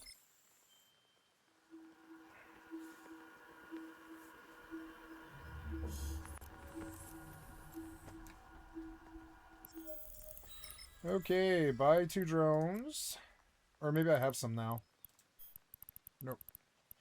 Buy 2 drones. And we'll go back out there. Repair this Gila. Repaired. That cost a mil, but that's alright. It's better than losing the fucking Gila. No, let's go.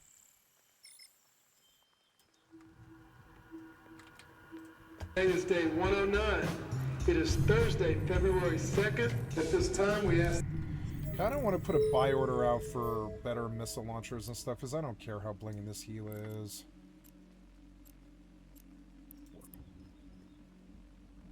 Warp drive active.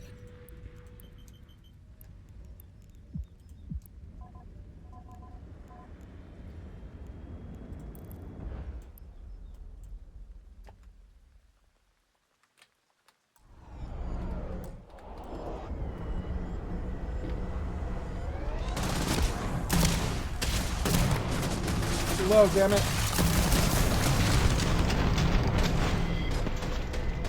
He's out. Go, motherfucker. What the fuck was that?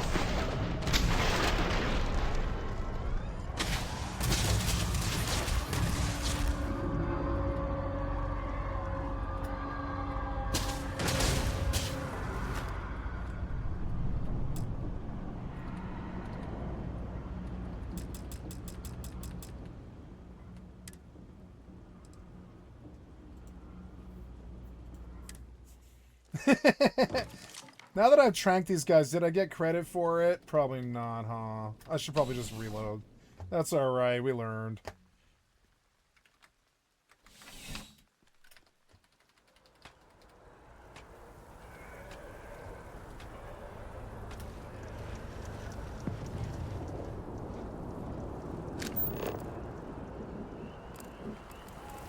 Confront the thieves. Oh, really?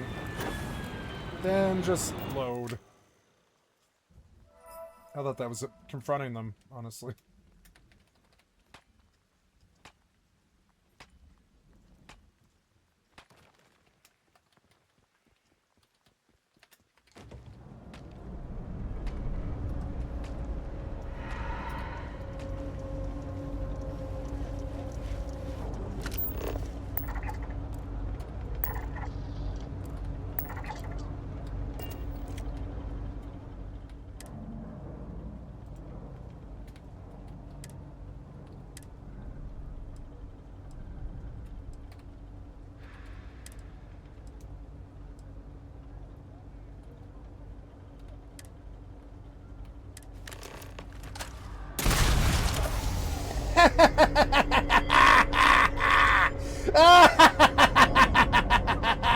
That shit's old school. Sam laid you the fuck out, bitch. You're gone.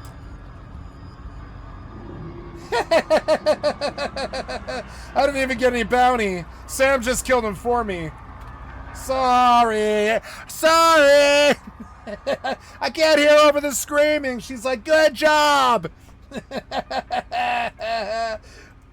No, my friend Sammy just blew them up.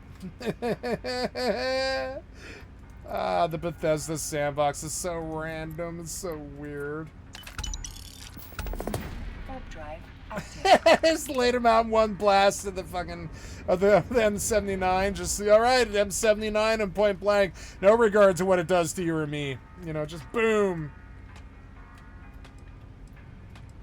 Are we done? Yeah, we're done.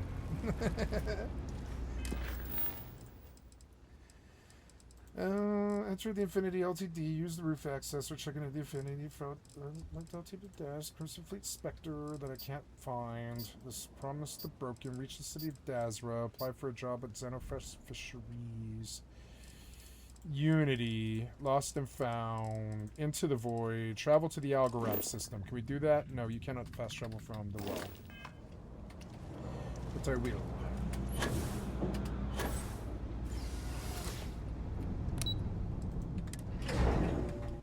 Are we good?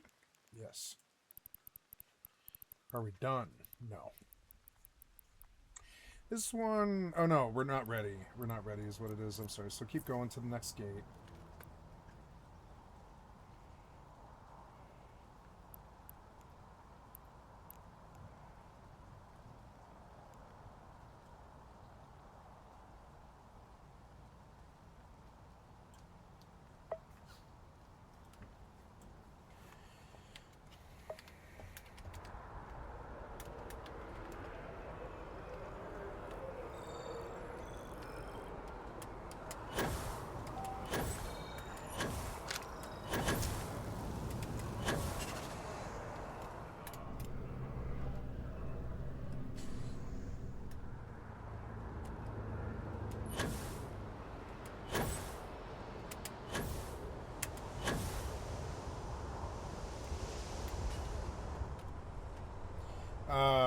Oh yeah, I didn't need to go anywhere. Damn it. No, that's not the one we're doing. We're doing, yeah, that guy. You have not explored every system along this route. Try jumping to a closer system. Ooh, level 60.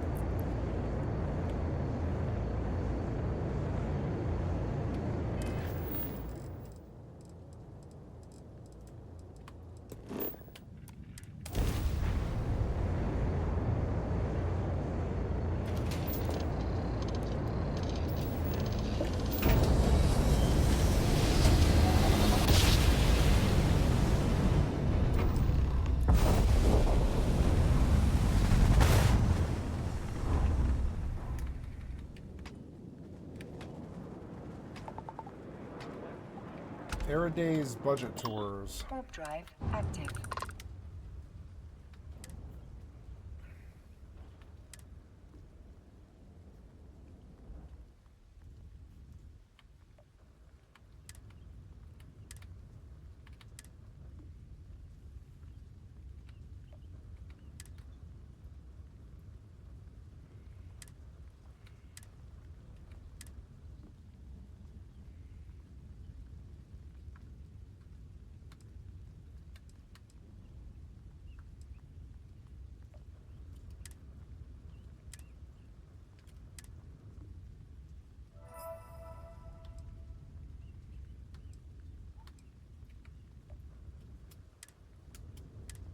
Throw the whole lot out.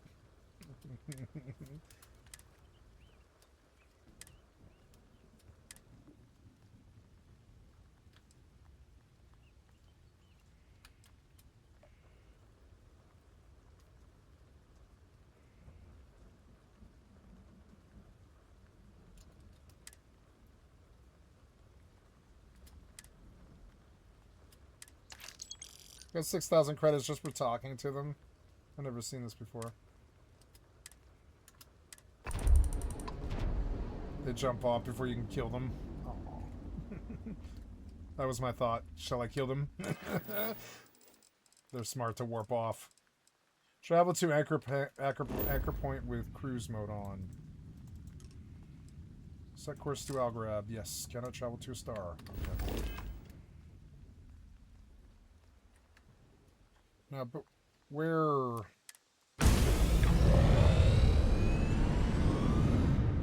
Alldayerrydaybaby 3 anchor point. Cool. So now I can get up, right? I can like get up and do stuff. Yeah.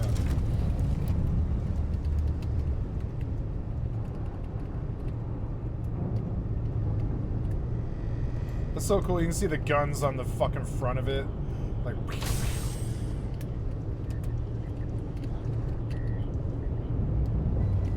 Yeah, it's way cooler when it's moving, although I don't like all the stars flying through the air. That's alright.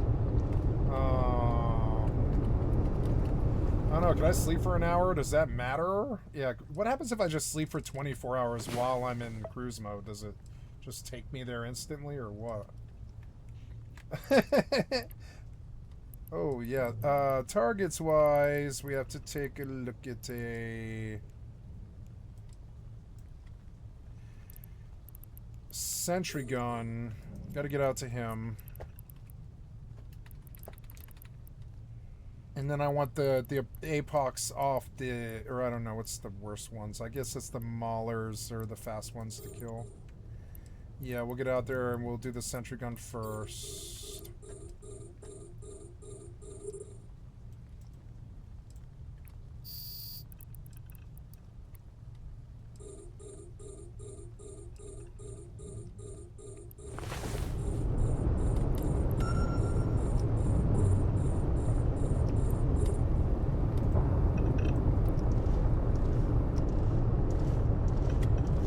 Okay, so now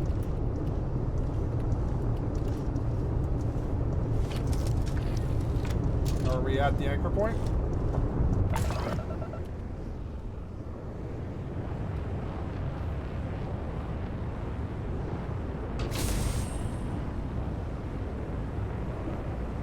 I guess not. You just sleep and it's like you spend a day sleeping and then you resume.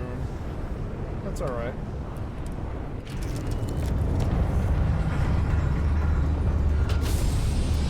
It does look cool. This is the sort of Star Citizenship we've been waiting for, where you get to run around a cool ship and build inside and do stuff. I guess I'll decorate, like I was trying to do before, and erase my work. Ooh, a ship wall clock. That's cool. Does it work? Oh, cool. I can put it on this thing? I can.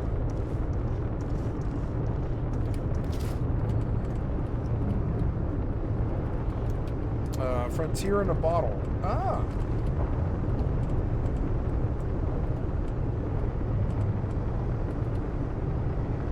Can I put it on the top of it? Yeah, like that. That's it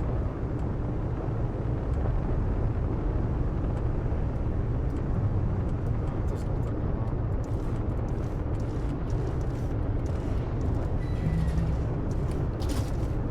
good. Vintage record player.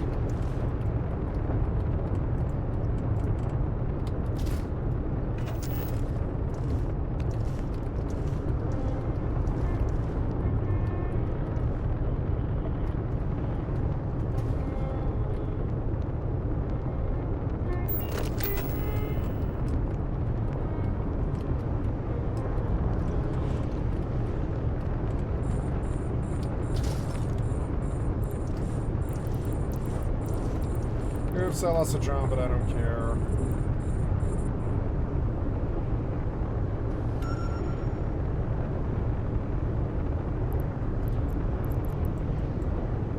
Oh, I'm not moving, and I should definitely move.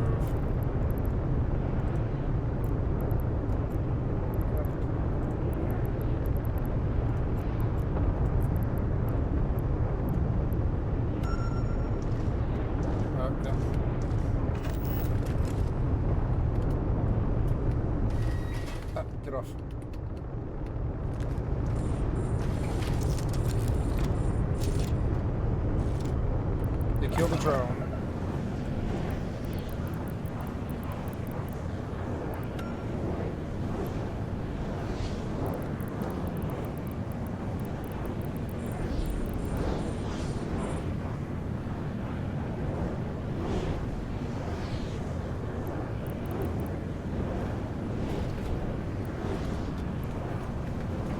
I think I better call back and go repair again.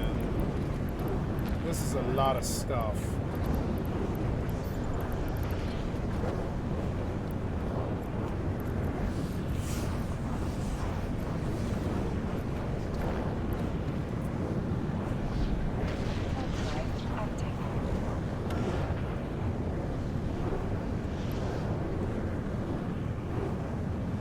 Our module has run out of charges.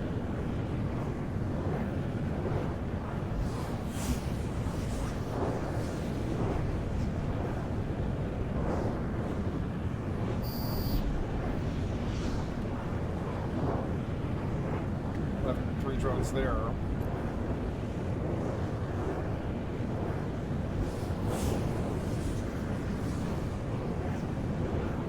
Docking permission requested. Docking request accepted.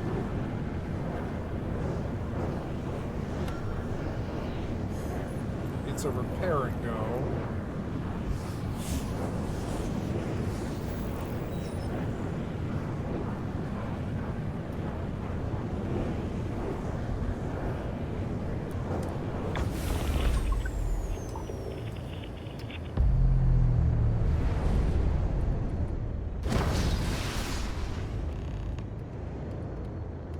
I was trying to land at this repair and go or whatever.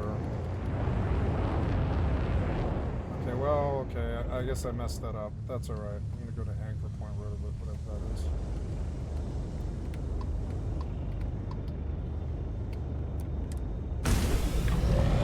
Oh, there we go. Repair and go.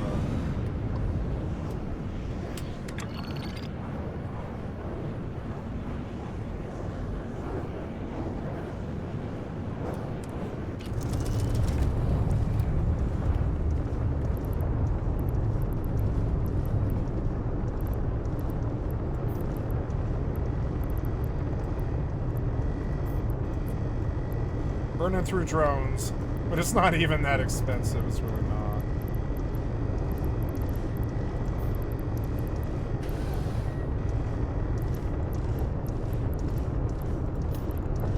Yeah, I have 24 million in loot already off this mission. I don't care about losing 6 million to drones. It's fine.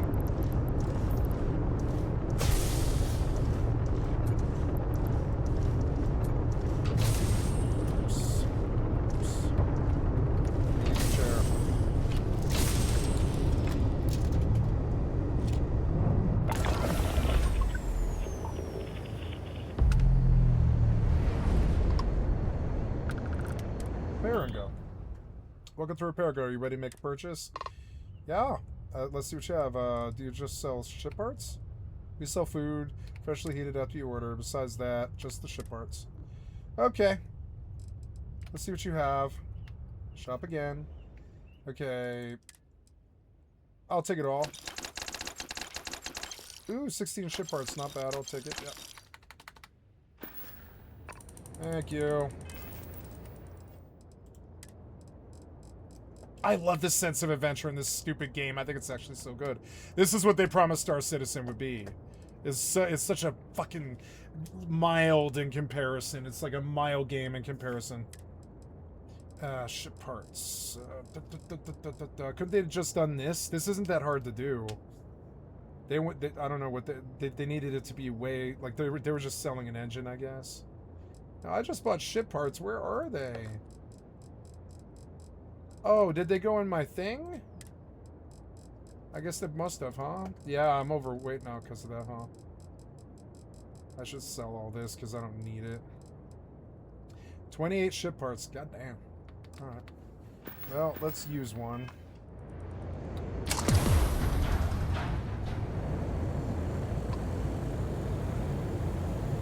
If I didn't have humans on my ship, I would destroy these guys.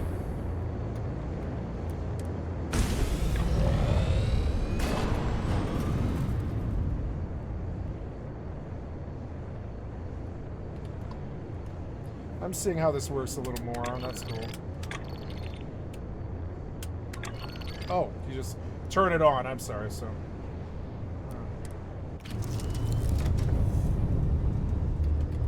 Cool. It does look cool. All the stars shooting by and everything.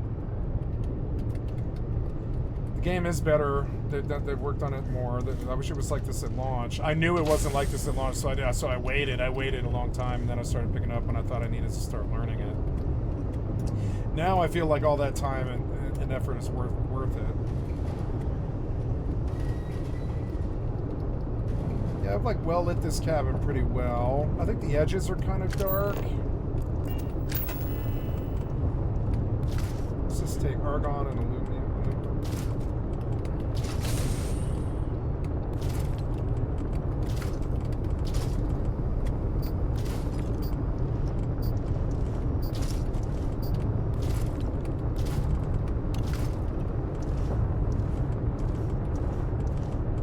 Lights up like it's a Rust base. Rust can make a good sci-fi game. The games are gonna get better.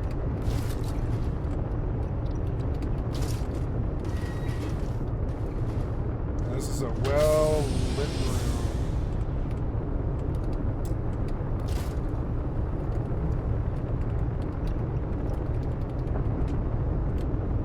Okay, let's go back out again. Dumped everything. Let's go back.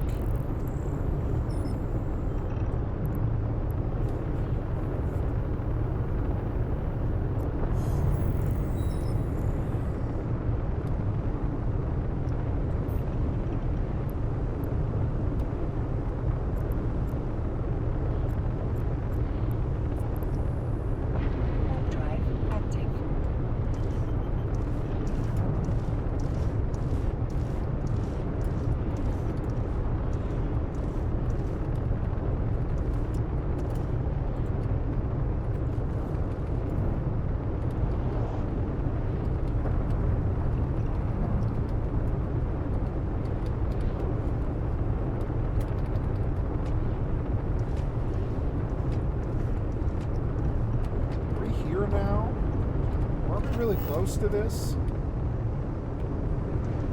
Ah.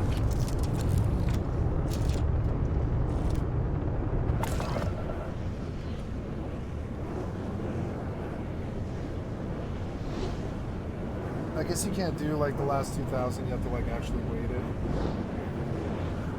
They gotta time sync you.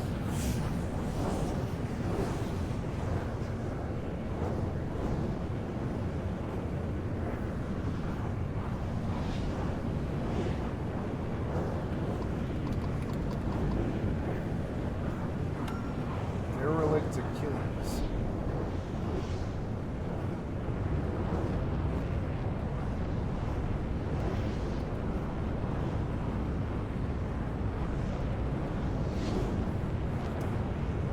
So there's like endless production of monuments out here, I guess, as well as the planets, which I didn't realize. Yeah, there's probably all kinds of space stations, and ships that you can land on and fight pirates, like big Class C ships full of pirates and stuff.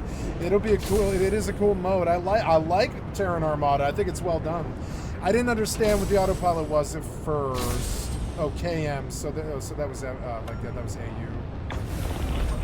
So, inertial dampeners engaged. Oh, cool, we're at anchor point. Never been here before.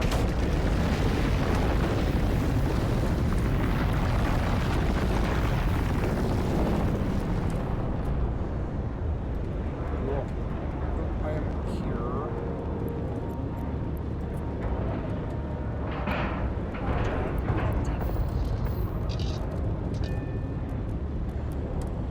Okay, let's do the whole prep for, I don't know, a battle or something. I don't know what the fuck's going on up here. So this might be like an abandoned base, I guess. I should do anything I'm gonna do. I have redone all my weapons, right? Yeah, I think so. Yeah, I think I got a little bit further in muzzle mods. Like I might be able to do further on this gun, maybe. Let's see. Standard barrel, long barrel. No, I haven't upgraded the crowd control for some reason. Magnetic rails or short barrel. Magnetic rails. ADS speed. ADS aimed outside speed, so I can just but I don't need ADS speed. I'll take magnetic rails. I think that's the best one, right? Yeah. Good, these are weapon mods and I need them too.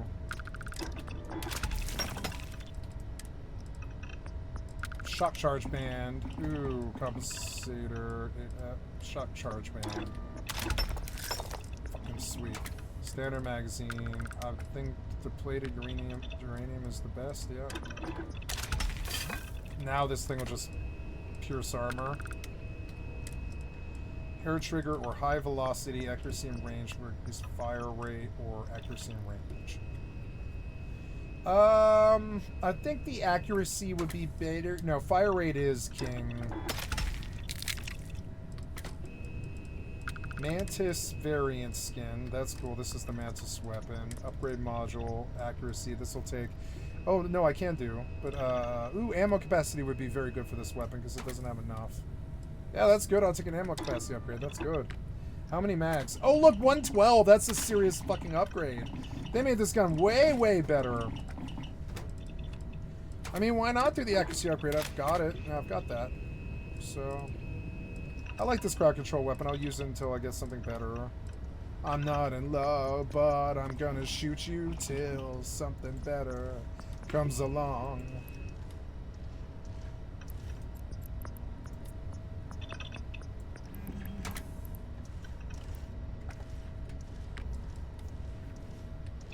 Sunday night, bloodthirsty X-Tech. Quality levels advanced. It'll take more X-Tech to get it further. This was a good upgrade. The Eon, the Ripshank. Man, this one takes a lot of travel. The Incendiary Assassin's Advanced Custom Old Earth Revolver is really good. The Keel Hauler, I did everything I can on this thing, right? Yeah, I think so. No upgrade on the upgrade module. Oh, look, we can give it an upgrade. Accuracy upgrade. It's good. I like this weapon a lot, actually. Oh, legendary rank. Oh, can I do another one? No, I don't have the X-Tech, unfortunately. But water levels advanced. Oh, I don't have the X-Tech for that either. But that doing this Armada content will give me lots of X-Tech, which is cool. We haven't looked at the calibrated shoddy in a long time. Maybe I could do some upgrades on that too. Recon laser sight, but I'm out at adhesive. Reflex sight or glow sights. Yeah, I have a reflex sight on this thing. Muzzle is no mod, choke, or... Yeah, suppressor would be better because it's kind of a suppression weapon in a lot of ways. Tactical grip. Oh, good. Is that the requirement I needed? Internal, I could give it, but I don't have any adhesive, unfortunately, or I could give it that too. Receiver is semi, but I can make a fully automatic trigger, but I don't have receiver mods too. But I can when I get some Aurora. Ooh, legendary rank, but I don't have the X-Tech, unfortunately. Gives me something to look forward to, though. Although I don't think I want to put any more money in this thing. There's a refined Big Bang, and those are pretty cool, but... Yeah, wouldn't that be a better EM weapon than... No, this thing lays shit out. Yeah. Staggering, Overcharge, Advanced, Tesla's Commander's Advanced. Is it the other mag shot that I'm using? I can't remember. Let's save. I've done a lot of work. Yep, and then go activate that gate, and we're finally back to that one room. Beautiful sunset over the lake. There's like a balloon over there, it's so cool. For like no reason, I wonder what it is. I'm gonna ride until I find some more steel, because steel seems to be what they want from me right now. Drive active.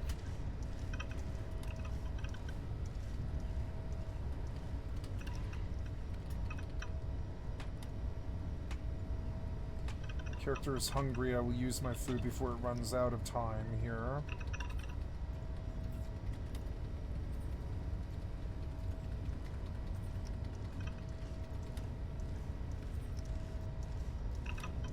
There we go.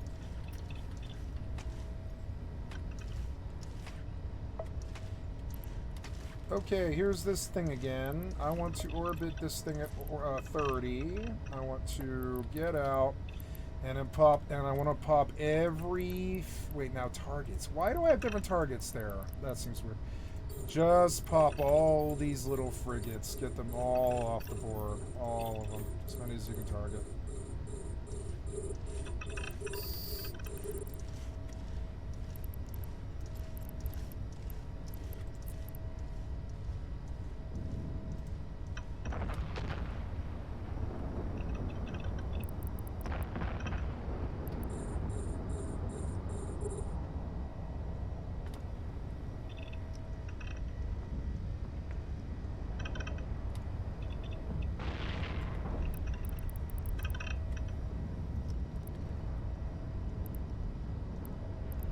Give me more small targets. All the ones that are near me.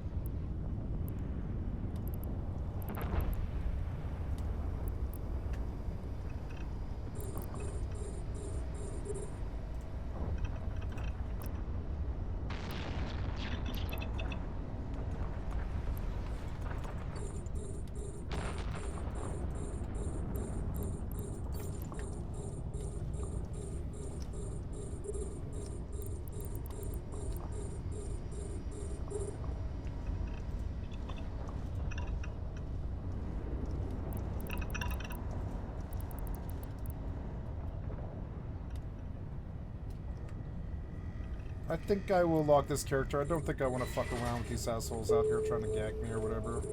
Take a little bit more bandwidth back. I don't need to use her, and I'm not going to. I like dual boxing at the beginning of the day when I'm rested and I'm like my brain's like together, but later on in the day, dual boxing takes a lot of my bandwidth. And I'm getting older where I feel it. I'm like, oh, I'm mid-40s and I just don't have the bandwidth to dual box as much as I used to. As it is, I'm dual boxing 3 games, you know, so adding in another one is a lot.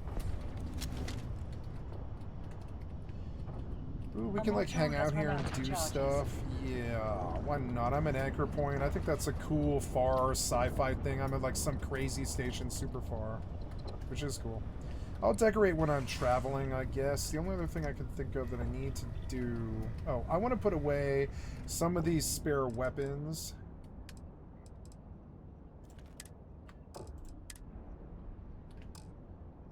Oh, maybe Sam would like that pack, actually.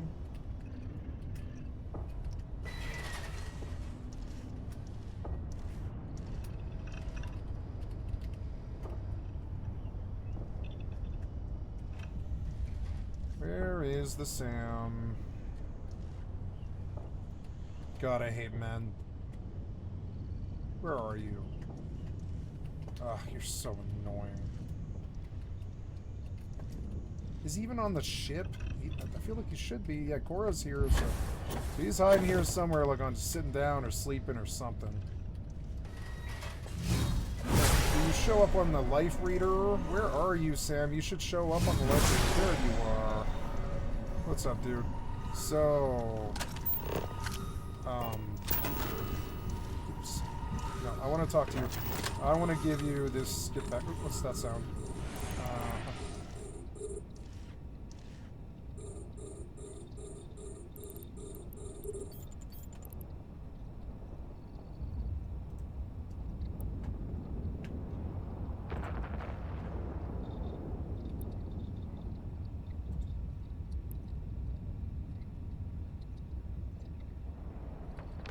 The frames are a little better. Sometimes I feel like I should be running Starfield off my drive and Eve on the GeForce Now.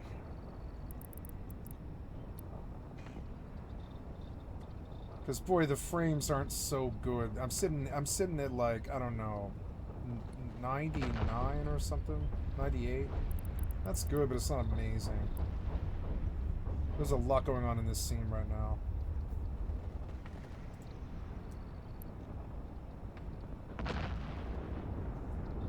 I'm just going to start cracking battleships to get some of this damage off the grid. I think that's how I'm going to be successful. I've got all the small frigs gone. It's just 5 big battleships, and each one that I crack will cut their damage by 1/5. So, this guy's about to pop. It's a beautiful battleship, the APOC. I think it's cool. Get the next APOC. Boom. Glad I didn't lose a healer here. Maybe I should just bling the Gila. I've been taking all of the fucking, what's it called, the precautions that you should take.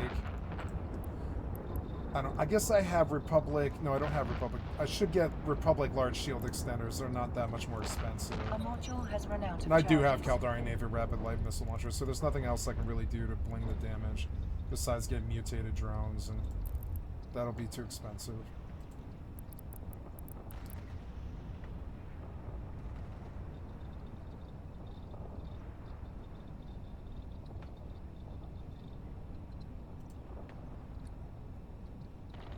Imperial Navy Mauler.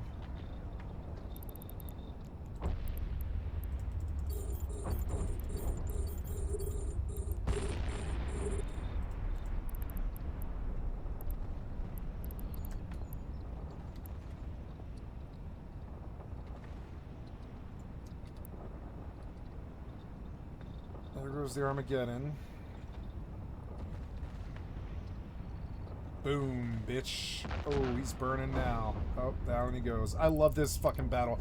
This is milsim-coded shit, but it's sci-fi, just sci-fi enough, where it feels like Star Wars, and you're kind of like a cool pilot out there in the abyss, and you're like doing some RimWorld stuff, and it is cool enough sci-fi. It's really a milsim-coded game, but if you're just there grinding like a normal MMORPG, it is really good. It's super good. I enjoy it. Watching these ships crack to my Gila is very satisfying to me. It took me a long time to get up to be able to skilled enough to use it or take the risk to even fly one. Feels deserved. I just watched the drones chew through everything. Now this Navy Jakar is down to its like hull. Mr. Orange Imperial guy has left me alone today, which is good. Maybe he gave up on it. I'm gonna stop cussing him out because he's not actually done anything really to me. Yeah, I'm gonna flirt with him because I want to push this marriage along.